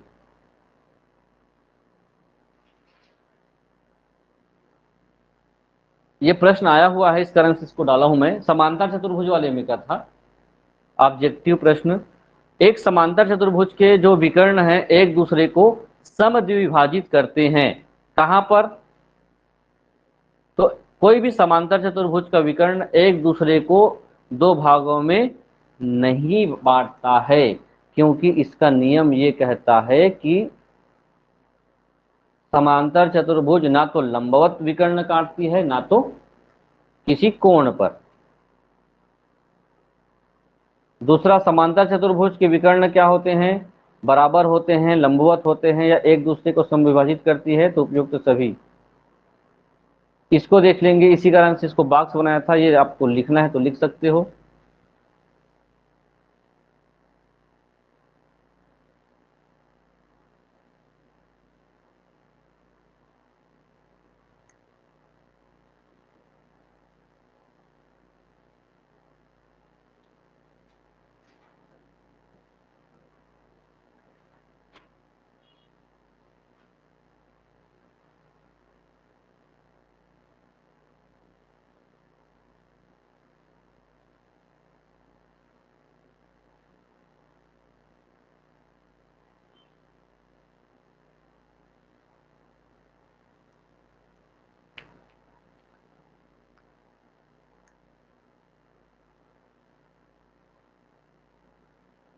ये आपको थ्योरिटिकल रूप में पूछा गया है, तो इस तीनों लाइन को लिखेंगे, और ये जो तीनों लाइन है, 3 प्रश्न हैं।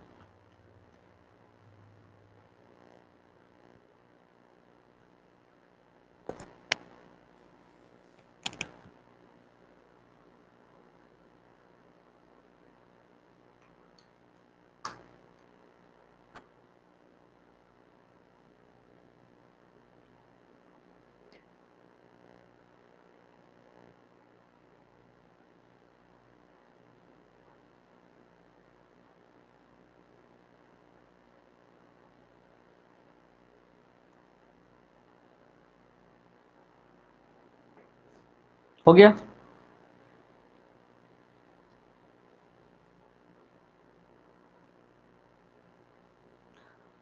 अब ये चीज भी ध्यान रखेंगे, समांतर चतुर्भुज और आयत में क्या अंतर है। तो अंतर ये था, जो आयत होते हैं जब कोण बनता है तो चारों कोने पे कितने डिग्री का कोण बनाता है? 90-90 डिग्री का कोण बनाता है, जबकि समांतर चतुर्भुज नहीं बनाता है। दूसरा अंतर यह है कि जब समांतर चतुर्भुज के दोनों विकर्ण एक दूसरे को काटते हैं तो दोनों की लंबाई बराबर नहीं होती, जबकि आयत के विकर्णों की लंबाई क्या होती है? बराबर होती है। इस रूप में देखें, जब रेक्टेंगल की बात करेंगे तो ये बराबर होते हैं, यहाँ पर 90 डिग्री, यहाँ पे 90 डिग्री, यहाँ पे 90 डिग्री का एंगल बनेगा सभी जगह, तो हम लोग बोलेंगे इसको रेक्टेंगल आयत। जब हम लोग किसकी बात करते हैं? समांतर चतुर्भुज की, तो यहाँ का जो कोण है, यहाँ का जो कोण है वो बराबर होता है, जो x बराबर x और y बराबर y। लेकिन जरूरी नहीं है कि ये कोण और ये कोण बराबर हो, है ना। मतलब x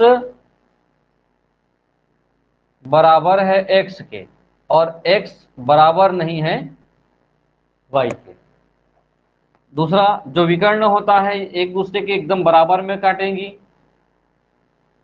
है ना, और यहाँ पर जो कोण बनेगा बराबर, लेकिन यहाँ जो कोण बनेगा काटेंगी वो क्या होंगी? बराबर नहीं होंगी, बराबर लंबाई पे नहीं होती है, यही अंतर है।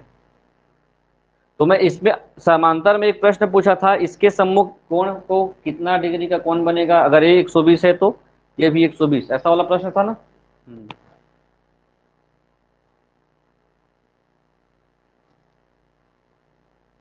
बना रहे थे क्या? अब हम लोग बात करेंगे चतुर्भुज के अगले पैटर्न की, जिसको हम लोग बोलते हैं समलंब चतुर्भुज।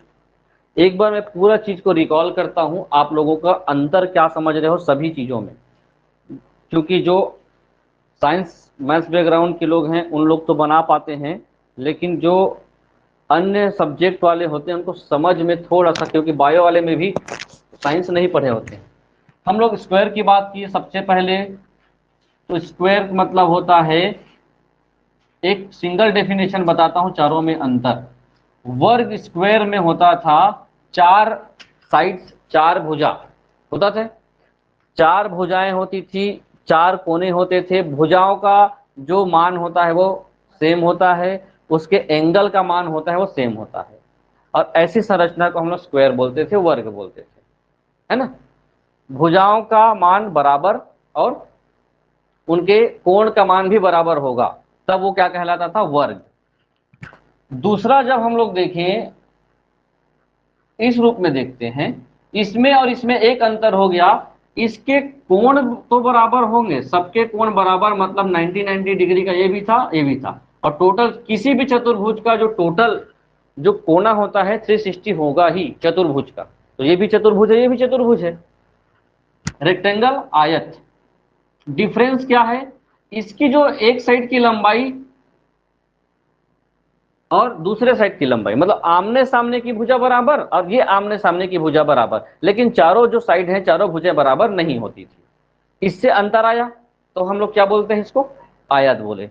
अब आते हैं तीसरे जो कॉन्सेप्ट हम लोग पढ़े हैं इस प्रकार का, इसमें हम लोगों ने देखा भुजाएं भी, इसमें साइड्स भी कितने, चार हैं, आमने सामने की भुजा होगी बराबर और इस आमने सामने की भुजा होगी बराबर, मतलब आयत के जैसे। अंतर हुआ एंगल को लेकर, डिफरेंस आया, एंगल जो होंगे 90 डिग्री की नहीं होंगे, बस ऐसी भुजा, सॉरी ऐसा जो चतुर्भुज जिसके चारों भुजाओं का योग है ना, ये चारों भुजाओं का जो कोण है उसका योग कितना होगा, 360 तो होगा, लेकिन प्रत्येक भुजा 90 की नहीं होगी, जो आयत की होती है वर्ग की होती है, लेकिन जोड़े तो हमेशा 360 की होगी ही। तो ये अगर 120 है तो ये 120 होगी, जब दोनों 120 है तो निश्चित रूप से ये 60-60 होगी, क्योंकि हमको पता है कि ये कितनी होती है, 360 होती है, और अगर आमने सामने हमेशा बराबर होती है तो ये 240 तो हो ही गया था और ये आ गया। इसको कहा गया समांतर चतुर्भुज। अब आता है जो अंतिम है समलंब चतुर्भुज, जो शिक्षक भर्ती का आखिरी टॉपिक है इस 2D डायमेंशन में। समलंब चतुर्भुज, ऐसा चतुर्भुज जिसकी भुजाओं का एक युग्म क्या होगा, समानांतर होगा, और एक युग्म समानांतर नहीं होगा। अब समझिए, समानांतर का मतलब होता है, मैंने बार बार इसको कहा है, एक साथ चलने वाली रेखाएं जो किसी निश्चित दूरी का पालन करेंगे। अगर ये 5 मीटर की दूरी का अंतर है दो लकीरों में, तो ये 5 मीटर की डिफरेंस में ही चलते रहेंगे, कभी ये जुड़ेंगे नहीं समान अंतर में, मतलब इनके बीच की दूरी कितनी है, 5। तो एक साइड की दूरी क्या होगी, समान अंतर में होंगी, मतलब मान के चलो ये जो है, ऐसा बना देता हूं, ये जो लकीर है ये समान अंतर में चलती रहेंगी, ठीक है। एक लकीर हो गया, दो लकीर जिसको हम लोग भुजा बोलेंगे, ये भुजाएं किस में चलती रहेंगी, समान। लेकिन दूसरी जो युग्म है, युग्म मतलब होता है पेयर, दूसरा जो पेयर है भुजाओं का वो क्या होगा, समानांतर नहीं होगा, ठीक। समानांतर नहीं होगा मतलब अगर मैं इसको ऐसे जोड़ दूं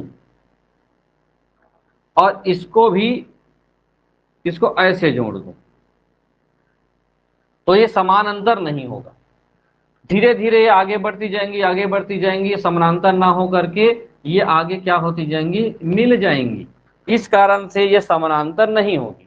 लेकिन ये वाली जो भुजाएं हैं साइड हैं आगे बढ़ती जाएंगी, समानांतर में बढ़ती जाएंगी, और इनके बीच में जो दूरी है ना, इनके बीच में जो दूरी है यहां से लेकर यहां तक, वो दूरी हमेशा बनी रहेगी समानांतर में। और लेकिन ये जो दूरी है पहले ज्यादा दूर था, फिर पास आते गया, फिर एक मिल गया, तो ये दूरी समानांतर में नहीं है। तो ऐसे चतुर्भुज, और भुजा कितनी हो गई, अब इसको देखिए, भुजा मतलब चार भुजा, चार, 1 2 3 और 4। विशेषता क्या रहेगी समलंब चतुर्भुज की, समलंब चतुर्भुज की विशेषता ये रहेगी कि एक जो साइड होगा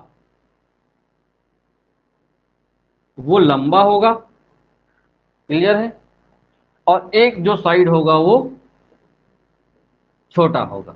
इसको मैं अगर ए लिख दूं, बी लिख दूं, सी लिख दूं और डी लिख दूं, चार इसके एंगल हैं, चार एंगल, और चारों एंगल में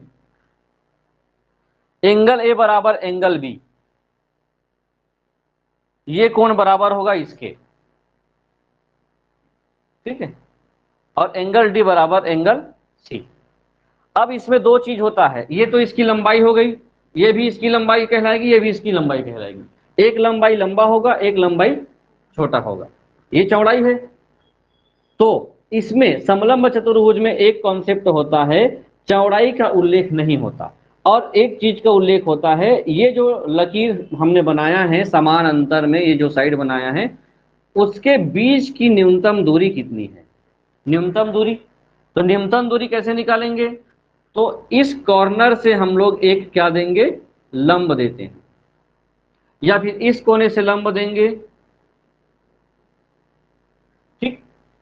ये यहां से यहां की दूरी है, या यहां ये से यहां की दूरी, कोई भी एक साइड आप लोग देंगे, एक साइड देंगे तो उसकी क्या कहलाएगी, ये दो समांतर रेखाओं के बीच की दूरी, या हम लोग एच लिख सकते हैं ऊंचाई, खासकर इसको दूरी से दर्शाया जाएगा।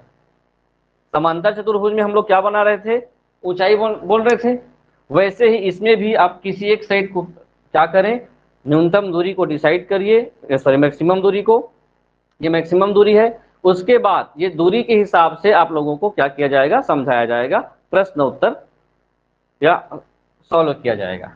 तो ए बी क्या है, उसकी लंबाई है, और ये भी इसकी लंबाई है।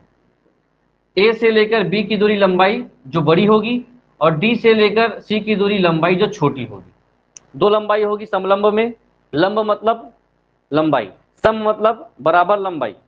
तो इसके लिए तीसरा जो हमारे लिए काम होगा वो होगा क्या चीज, उसके ऊंचाई को लेकर।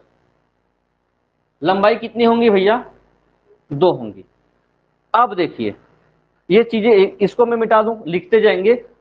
वर्ग, आयत, समांतर चतुर्भुज और समलंब चतुर्भुज, चारों में अंतर आया। इसमें सभी बराबर, इसमें एक बड़ा एक छोटा, इसमें समांतर में कोण अलग अलग, ठीक है, इसमें भुजा अलग अलग, इसमें कोण अलग अलग, इसमें एक भुजा छोटी एक भुजा बड़ी, भुजाएं या उसको एक छोटा लंबाई वाला एक बड़ा लंबाई वाला। चौड़ाई का मतलब नहीं है, उसके दोनों लकीरों के या दोनों भुजाओं के बीच की दूरी हमको पता करना पड़ेगा। सूत्र कैसे निकालेंगे, किसी भी समलंब चतुर्भुज का जो परिमाप होता है, चारों ओर की माप होगा, परिमाप होगा ए धन बी धन सी धन डी, इसको हम लोग बोलेंगे चारों ओर की माप।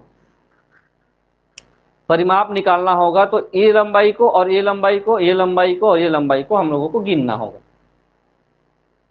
ए बी सी डी मतलब भुजा की लंबाई को परिमाप, चारों ओर की माप है ना, समतल आकृति का ही हम लोग पढ़ रहे हैं।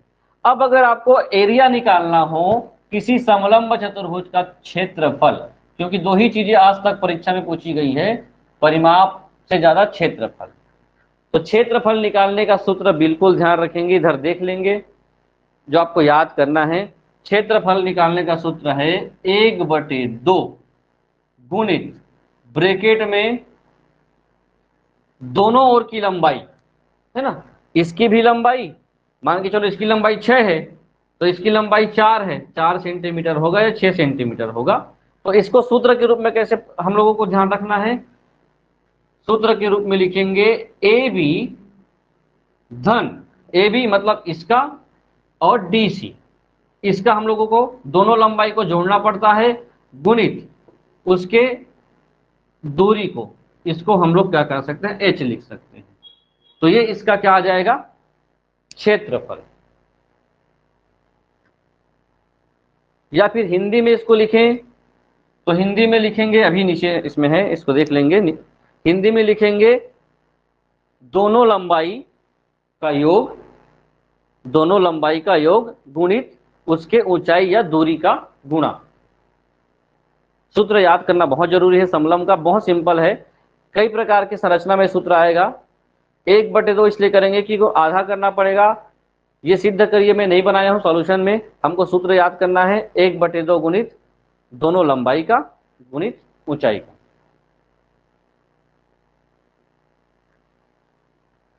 सूत्र क्या है, समलंब चतुर्भुज का क्षेत्रफल बराबर 1/2 इंटू दोनों लंबाई का, दोनों जो लेंथ है उसका हम लोग क्या करेंगे दोनों प्लस करेंगे, फिर इनटू एच, जो ऊंचाई रहेगी वो दिया रहेगा।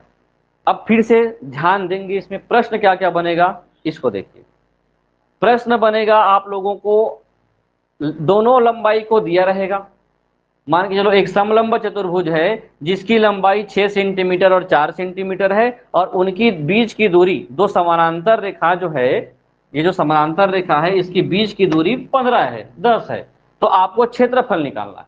तो इसका भी मान दिया रहेगा, तो h लिख देंगे, मान की जगह, h की जगह जो मान है, लंबाई दोनों का हम लोग योग कर देंगे, है ना। तो क्षेत्रफल निकल जाएगा। प्रश्न कभी कभी ये हो सकता है कि क्षेत्रफल 500 है, क्षेत्रफल दे दिया रहेगा, और उसकी दो लंबाई है, एक 6 है, 4 है, तो उसकी बीच की दूरी ज्ञात कीजिए, तब भी बनेगा। कभी कभी दिया रहेगा बीच की दूरी 15 है, एक लंबाई 6 है और क्षेत्रफल 500 है, तो दूसरी लंबाई निकालिए। पूरा इसी में घूमता है समलंब चतुर्भुज, या कोई जो सवाल होता है इसी में ही घूमता रहता है। चलिए देखते हैं अब।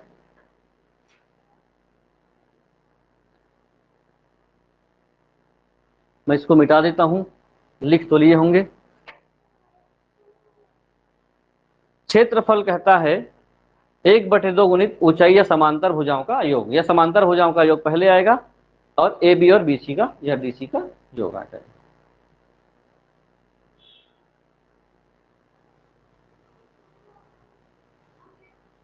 ये इसके कुछ नियम है, जो रूल्स है। अभी इसका पीडीएफ अभी दे दूंगा मैं, क्योंकि इसमें बहुत सारे प्रश्न हैं और इसके सॉल्यूशन है। कोई भी समलंब चतुर्भुज होता है उसके कोण का योग हमेशा 360 होगा, ये भी क्लियर है। दूसरा, एक समलंब और एक समांतर चतुर्भुज ये दोनों अलग अलग होते हैं, ये एक दूसरे के जैसे नहीं है, क्योंकि जो समलंब में विपरीत भुजाओं केवल एक जोड़ी समानांतर होती है ना, केवल ऊपर और नीचे समानांतर होती हैं, और जबकि जो समांतर चतुर्भुज है वो दोनों समांतर होती हैं। इसको मैंने अभी बताया है।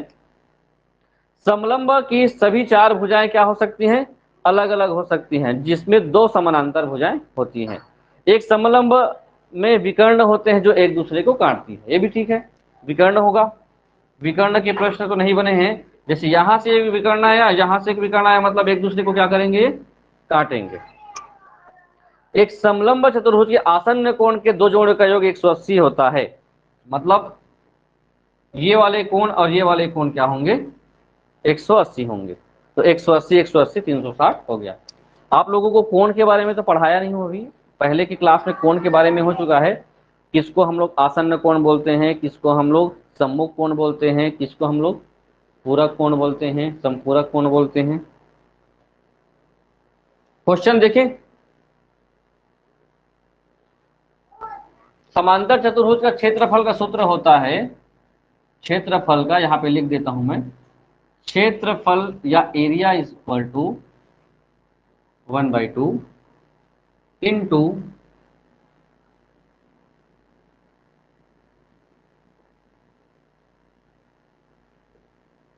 भुजाओं का सम या योग इंटू डिस्टेंस या ऊंचाई या h। अब इतने आसानी से आप इसको समझ गए हो, कितने आसानी से समझे हो ये आपके ऊपर डिपेंड करता है, और आंसर कैसे निकालोगे ये डिपेंड करेगा आप। क्वेश्चन सभी नोट डाउन करेंगे।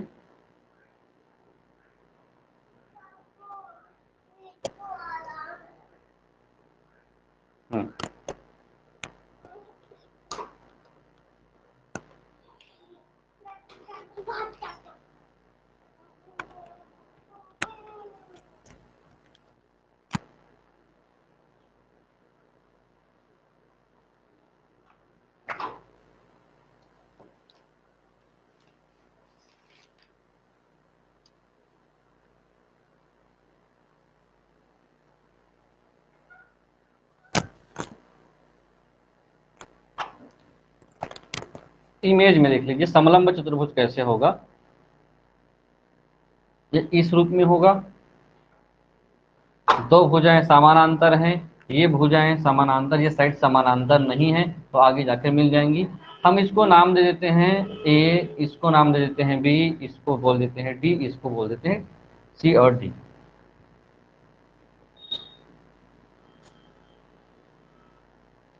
तो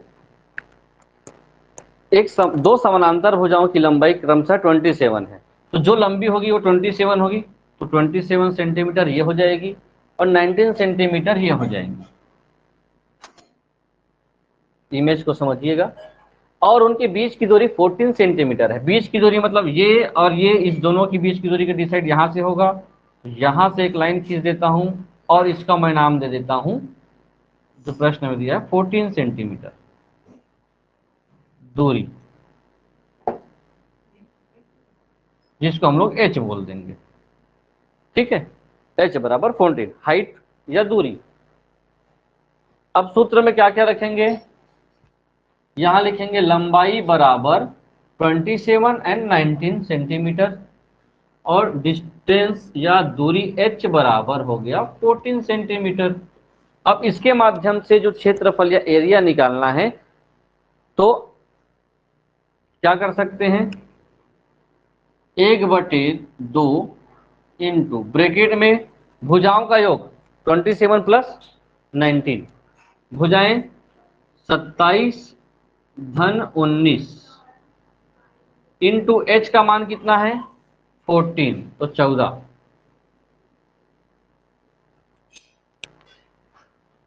आगे होगा इसका कैलकुलेशन,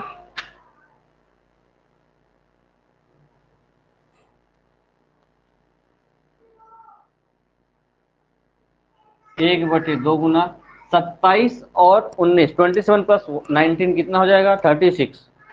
तो इसको हम लोग जोड़ के ब्रैकेट हटा देंगे और डायरेक्ट 36 लिख सकते हैं और इंटू 14। अब यहां पर ये आधा है, तो इससे किसी को भी 36 से या 14 दोनों को 2 से काट सकते हैं।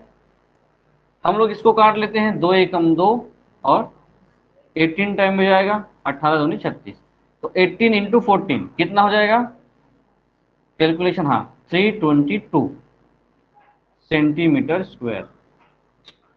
बहुत सिंपल है, परेशानी नहीं है। ये याद रहना चाहिए, किसी भी समलंब चतुर्भुज का क्षेत्रफल होगा 1/2 गुणित उनके भुजाओं का योग गुणित उनके बीच की दूरी। तो ये चित्र आप लोगों को बनाना पड़ेगा बार बार, बहुत सिंपल हो जाएगा जब आप इमेजिंग करते हो, इमेज बनाते हो। तो लंबाई कितनी होगी हमेशा ध्यान रखेंगे, समलंब में 2 लंबाई होंगी, एक लंबाई लंबी होगी, दूसरी लंबाई छोटी होगी। चौड़ाई से मतलब अभी नहीं है। दूसरा चीज ये है, इनके बीच की दूरी को प्रश्न में ही लिखा जाएगा कि बीच की दूरी, या उनके, ये भी होता है कि दो समानांतर रेखाओं के बीच का जो डिफरेंस है, अंतर है, इतना है, तब भी उसका दूरी हम लोग समझेंगे। हो गया।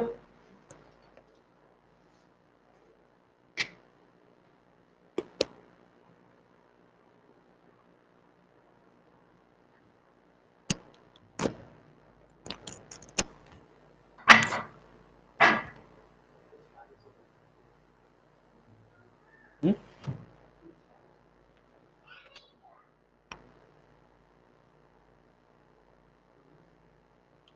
अच्छा, ये ना, आप ही लोग तो बोले हो मैं कैलकुलेट नहीं किया हूँ। 46। हम्म।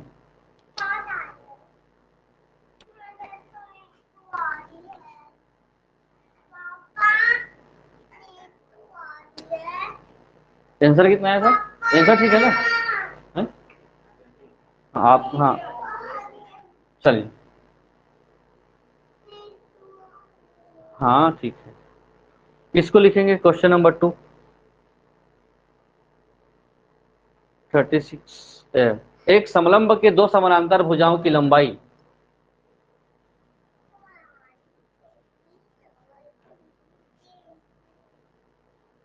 कितना है, अनुपात में है, मतलब 3x है और 2x है और बीच की दूरी 8 है। क्षेत्रफल भी दे दिया है कि 400 है, तो भुजाओं की लंबाई ज्ञात करना है। जाओ तो गिर जाएगा।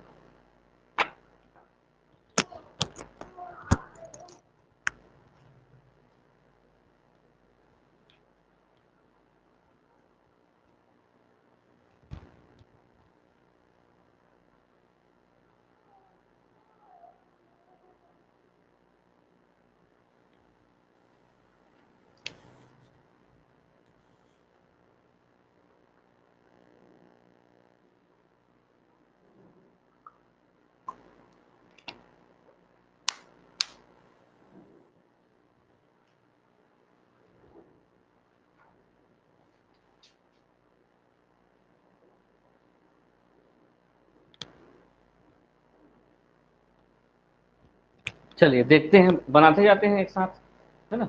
इसको कंप्लीट कर लेते हैं। दो समानांतर भुजाएं की लंबाई 3 और 2, ये लेकिन अनुपात में है। तो माना लंबाई जब अनुपात में हो तो माना लंबाई क्या लिखेंगे, 3x और 2x है। तो 3x लंबा वाला 3x होगा, तो नीचे वाला 3x हो जाएगा और ऊपर वाला 2x है। और उसके बीच की दूरी 8 है, तो h बराबर 8 सेंटीमीटर, ये दूरी हो गई, ये वाला बीच की दूरी। और क्षेत्रफल भी दिया है, दूरी बराबर लिख लेंगे 8 सेंटीमीटर। क्षेत्रफल भी दिया है भाई, तो क्षेत्रफल का मान कितना दिया है, 400 मीटर। अब कहता है कि इसकी असली लंबाई कितनी है, तो आपको x का मान निकालना पड़ेगा और x के मान को निकाल करके इसमें गुणा करना पड़ेगा, तो उत्तर आएगा। तो क्षेत्रफल का मान होता है, क्षेत्रफल बराबर, बार बार लिखने से याद हो जाएगा, 1/2 गुणित भुजाओं का योग, भुजा का योग गुणित दूरी। तो 1/2 गुणित भुजाओं का योग कितना है, 3x और 2x, और दूरी है 8। तो 1/2 गुणित 5x गुणित 8, यहां से कट गया, 2 एकम 2 और 2 चौक 8, 5 चौक कितना हो गया, 20।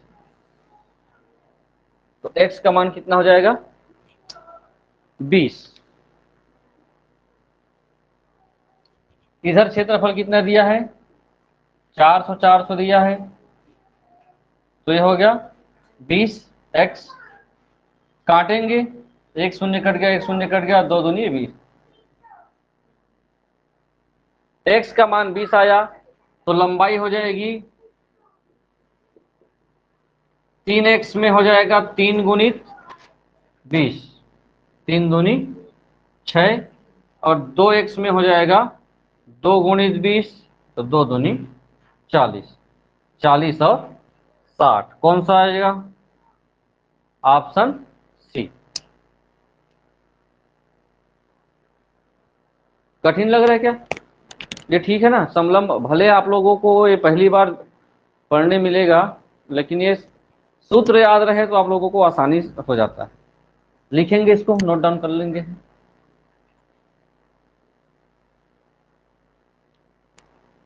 वही वही चीजें हैं, एक सूत्र याद रखो, याद हो गया होगा लगभग सूत्र। समलंब चतुर्भुज का सूत्र है 1/2 गुणित दोनों भुजाओं का योग गुणित दूरी। समांतर चतुर्भुज का सूत्र क्या था, आधार गुणित ऊंचाई। क्या था, आधार गुणित ऊंचाई, वो भी सिंपल था। आयत का क्षेत्रफल लंबाई गुणित चौड़ाई, और वर्ग का क्षेत्रफल भुजा का वर्ग, क्योंकि दोनों सब बराबर होते हैं।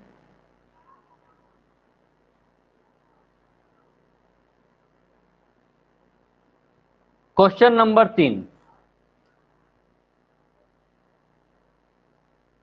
एक समलंब चतुर्भुज का क्षेत्रफल कितना है, 352 है, और इसके एक भुजा जो समानांतर भुजा है उसके दोनों के बीच की दूरी 16 है।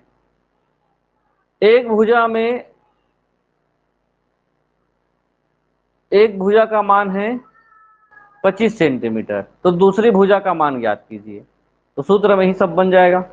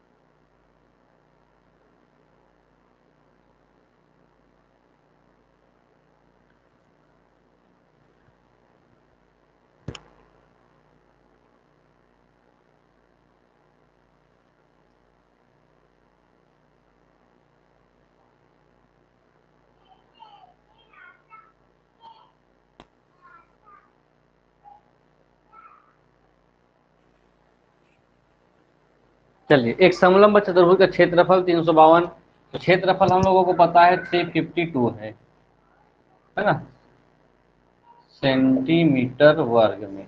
दूरी कितनी है? 16 सेंटीमीटर। एक लंबाई दे दी है 25 सेंटीमीटर, और दूसरी लंबाई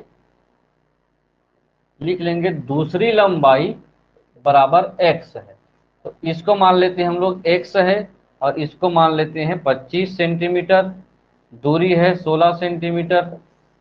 अब इसमें लिखेंगे, अब फॉर्मूले में इनका योग, क्योंकि क्षेत्रफल है 352 बराबर 1/2 गुणित भुजाओं का योग 125 है, तो 25। दूसरी भुजा का मान नहीं पता, तो हम लोग क्या लिखेंगे? x। दूरी है 16। ठीक है, ऐसा बना देंगे। अच्छा, इसको मिटाना है। ऐसा आप लोग बना लेंगे तो चीजें समझ में आ जाएंगी। यहां पर काटेंगे कैसे? ये गुणा है तो यहां से इसको छोटा कर लेते हैं, 2 एकम 2 और 2 अट्ठे 16। ठीक है, अब यहां से और यहां भी काटा जा सकता है। 8 एकम 8, 8 चौक 32, 8 चौक 32, 44 आ गया। इधर आया है 25 और इधर आया है धन x। अब x एक तरफ जाएगा तो 44 माइनस 25 इधर आ जाएगा। x बराबर 44 में 25 माइनस करेंगे तो कितना हो जाएगा? 19। 19 आपका आंसर है। सिंपल चीज है ये भी।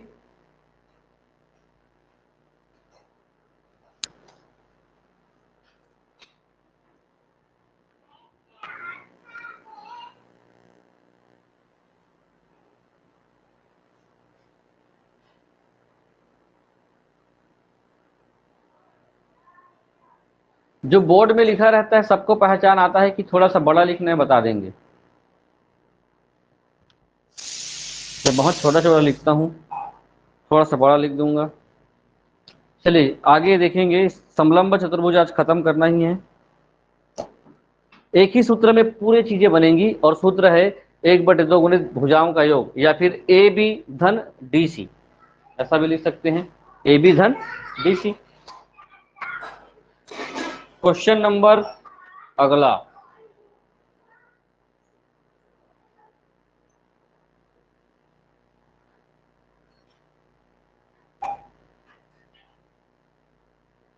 प्रश्न नंबर दूसरा आप लोग बनाए हो। प्रश्न नंबर दूसरा जैसे ही बनाए हो वैसा ही बनेगा, जो अनुपात में था।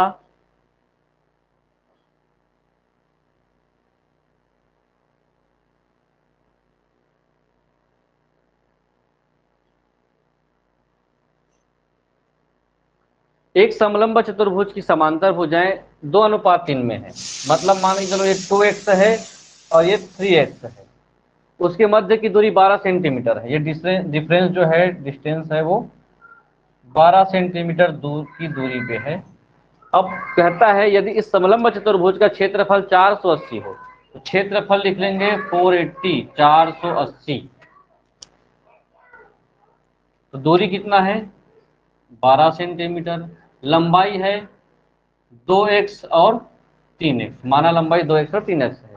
इसका मतलब है आप लोगों को क्या करना है?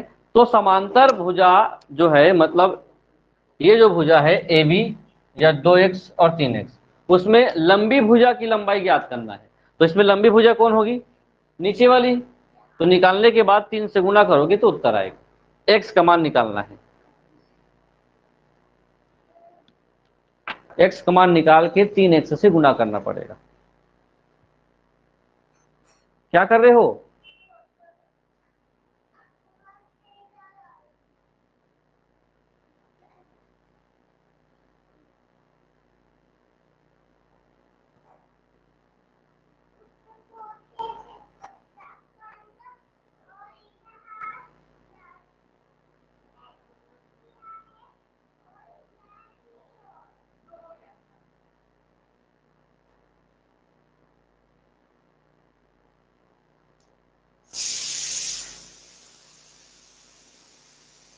प्रश्न नंबर दूसरा को देखिए, वैसे ही निकालिए। प्रश्न नंबर दूसरा में हम लोग 2 का मान निकाले थे, इसमें केवल बड़ी भुजा का मान निकालना है।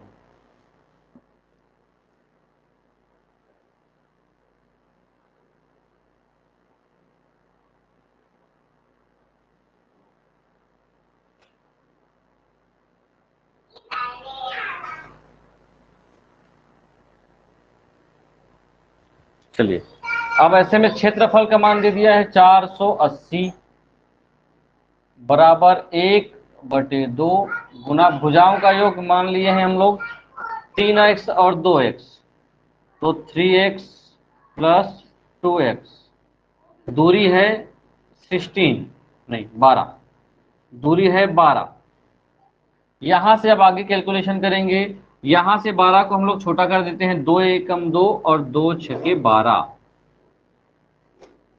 6 से 480 को हम लोग काट सकते हैं सीधा सीधा, है ना। 6 एकम 6 और 6 अट्ठे 48, 6 शून्यम 0। तो ये बच चुका है 3x और 2x, 5x। 3 और 2 5x बचा, इधर पूरा कट चुका है। तो 5x को लिख सकते हैं x बराबर 80/5 बराबर 5 एकम 5, 16 पंचे 80, 16। x का मान आया है 16 और पूछा गया है बड़ी भुजा। बड़ी भुजा है 3x, बड़ी भुजा कितना है 3x। तो x का मान हम लोग निकाले हैं 3 गुना x का मान है 16, तो 16 तिया 48 सेंटीमीटर।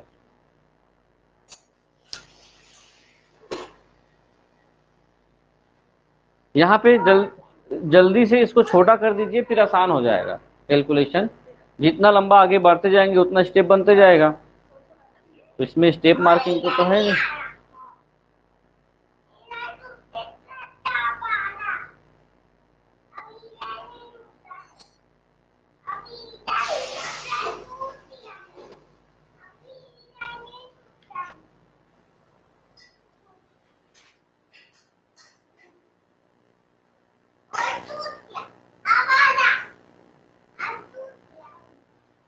ठीक, 48 आएगा, ठीक है, लिख रहे होंगे इसको। वही वही चीजें हैं, बार बार रिपीट, ये इतने सारे एग्जाम में आए हुए हैं, तो इसको ध्यान रखेंगे।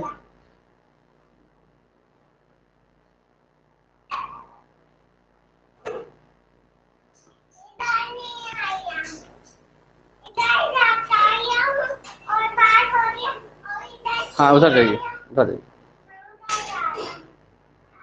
एक समलंब चतुर्भुज का क्षेत्रफल दे दिया गया है कि पूरे का क्षेत्रफल कितना है 180 है, और समांतर भुजाओं के बीच की दूरी, ये जो दूरी है इसकी इसके बीच की दूरी वो 15 है, और समांतर भुजा में एक भुजा का मान 8 है, तो दूसरे का मान कितना होगा। तो इसमें सीधा सीधा x का मान निकालना है बस, है ना। तो इसको देख लेंगे, बड़ी भुजा छोटी भुजा वाले काम नहीं है, गिरोगे वैसी जाओ उधर।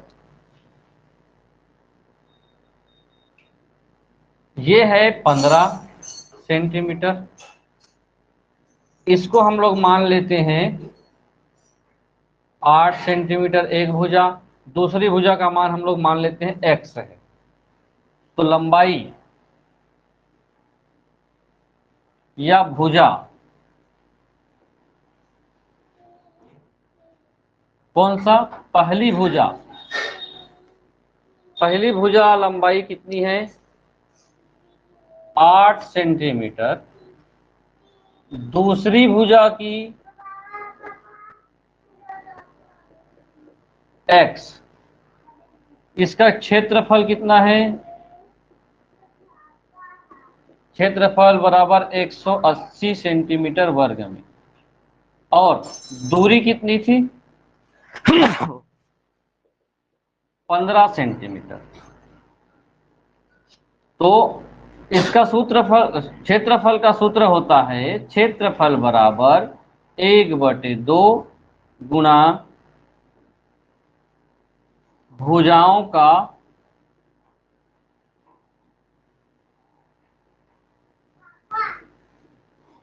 योग गुना दूरी।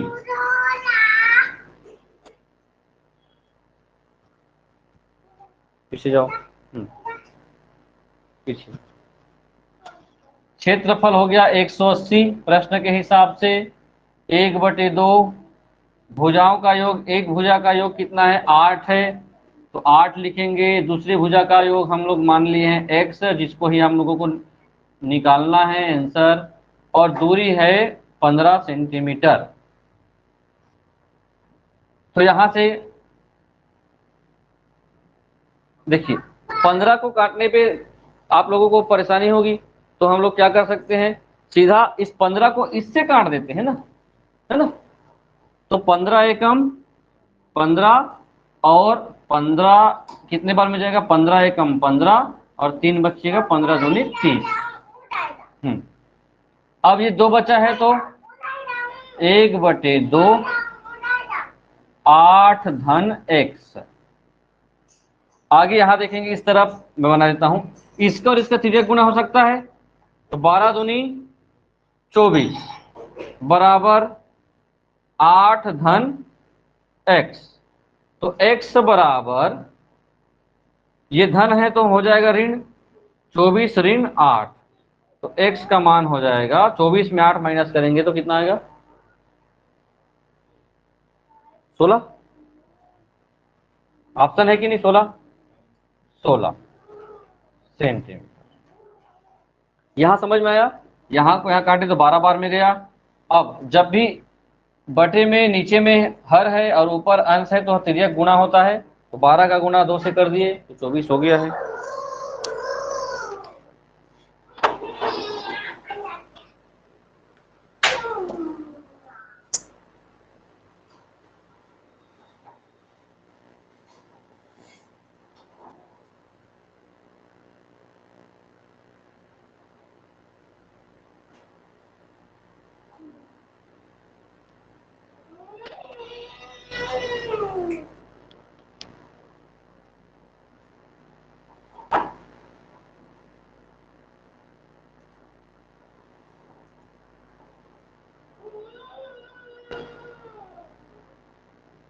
हो गया। चलिए एक प्रश्न और देख लेते हैं, फिर इसको हम करेंगे, इसको देख लेंगे आज। आज का लास्ट प्रश्न है, एक समलंब चतुर्भुज का एक मैदान है और उसका क्षेत्रफल 30 मीटर है। तो क्षेत्रफल की जगह हम लोग 30 लिख लेंगे। इस समानांतर भुजाओं के बीच की दूरी 6 है, तो इसकी दूरी 6 हो गई। प्रश्न को समझ लीजिए, मैदान का समानांतर भुजाओं का माप ज्ञात करना है, जबकि उनके मापों का अंतर 2 मीटर है। मतलब अगर ये अगर 4 है तो दो दो बढ़ जाएगा, तो ये कितना हो जाएगा, 6 हो जाएगा। ये अगर 10 है तो ये कितना है, 12। दोनों का अंतर कितना है, 2 का अंतर है। तो आप लोग क्या करेंगे, इसको बना ही देता हूं, प्रश्न लिख लेंगे।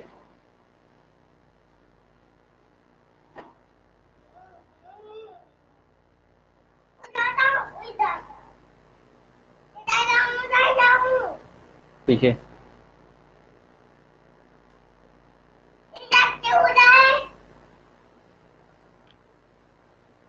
किचन साइड जाओ।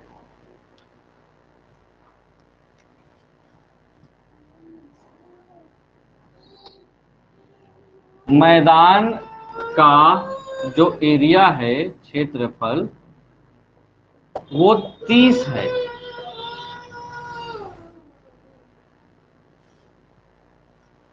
और उनके बीच का जो दूरी है वो है 6 मीटर। अब हमको दोनों की लंबाई नहीं पता, तो माना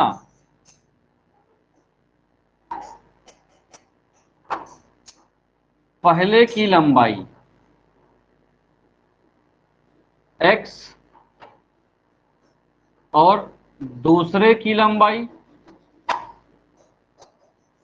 2x। नहीं, अंतर 2 है, 2 गुना है नहीं बोला है, यहीं पे हम लोग फंसेंगे। जब 2 गुना होता तो 2x होता, इससे 2 ज्यादा है तो x धन 2। बस ये पूरे प्रश्न का मूल सार यहाँ पे है। ठीक है, अंतर 2 का आ गया। अगर ये 4 होगा तो 4 और 2 6 होगा, अगर ये 10 होगा तो ये 12 होगा, ये 50 होगा तो 52 होगा। हमेशा इन दोनों के बीच, इसके और इसके बीच में कितने मीटर का अंतर है, हमेशा 2 का अंतर है। तो माइनस करेंगे तो नहीं, अंतर है का मतलब है अगर x का मान हम लोग निकाल देते हैं और आया 10, ठीक है, ये अंतर का मतलब, हमेशा अंतर का मतलब ऋण करने की जरूरत नहीं है, आप ऋण भी करेंगे तब भी वही आएगा, ये बड़ी संख्या हो जाएगी, ये छोटी संख्या हो जाएगी, ठीक है। अंतर करेंगे तो ये x का मान 10 आएगा, तो x ऋण 2 करेंगे तो नीचे का मान 8 आएगा, कोई सिंपल सी बात है।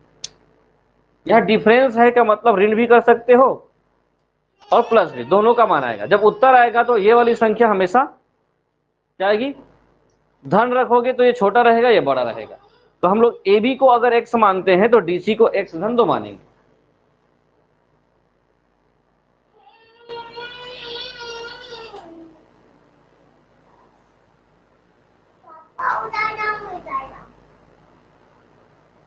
रूम में जाओ, रूम में जाओ।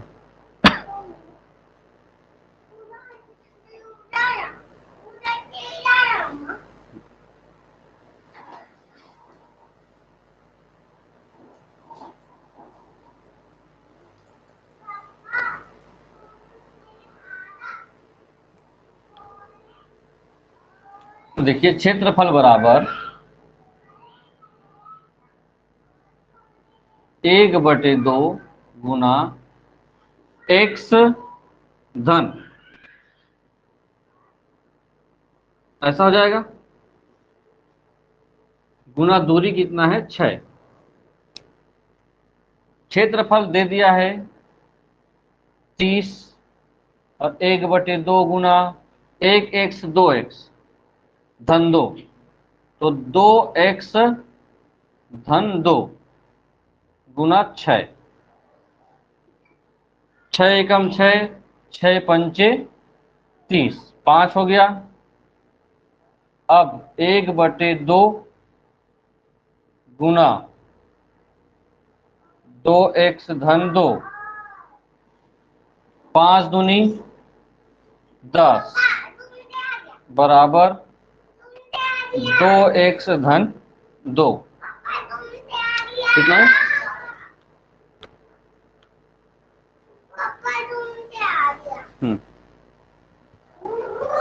आगे देखेंगे, ये हो जाएगा चर और अचर एक साइड 2x, और ये हो जाएगा 8, 10 में 2 माइनस करेंगे तो 8, तो x बराबर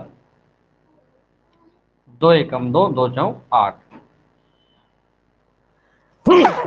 पहले की लंबाई 4 है ना, और दूसरे की लंबाई हो जाएगा x धन 2, मतलब 4 धन 2 बराबर 6। तो एक की लंबाई हो गई x बराबर 4 और x धन 2 बराबर 6। अंतर भी करेंगे, तो अंतर भी करोगे तो नीचे वाली की लंबाई, इसकी लंबाई आएगी x का 8 आएगा, आता है ना, और तो इसका 6, तो बाद में कैलकुलेट करके आप लोग इसका मान जैसा भी, मतलब नीचे वाले का मान पहले आएगा, इसका x, इसको x मानोगे, इसको मैंने माना था x, ऊपर वाले को, छोटे वाले को, तो x धन 2 ये हो जाएगा। इमेज बना रहे हो कि नहीं सब? कहाँ इमेज बनाओगे तो क्लियर हो जाएगा, ठीक।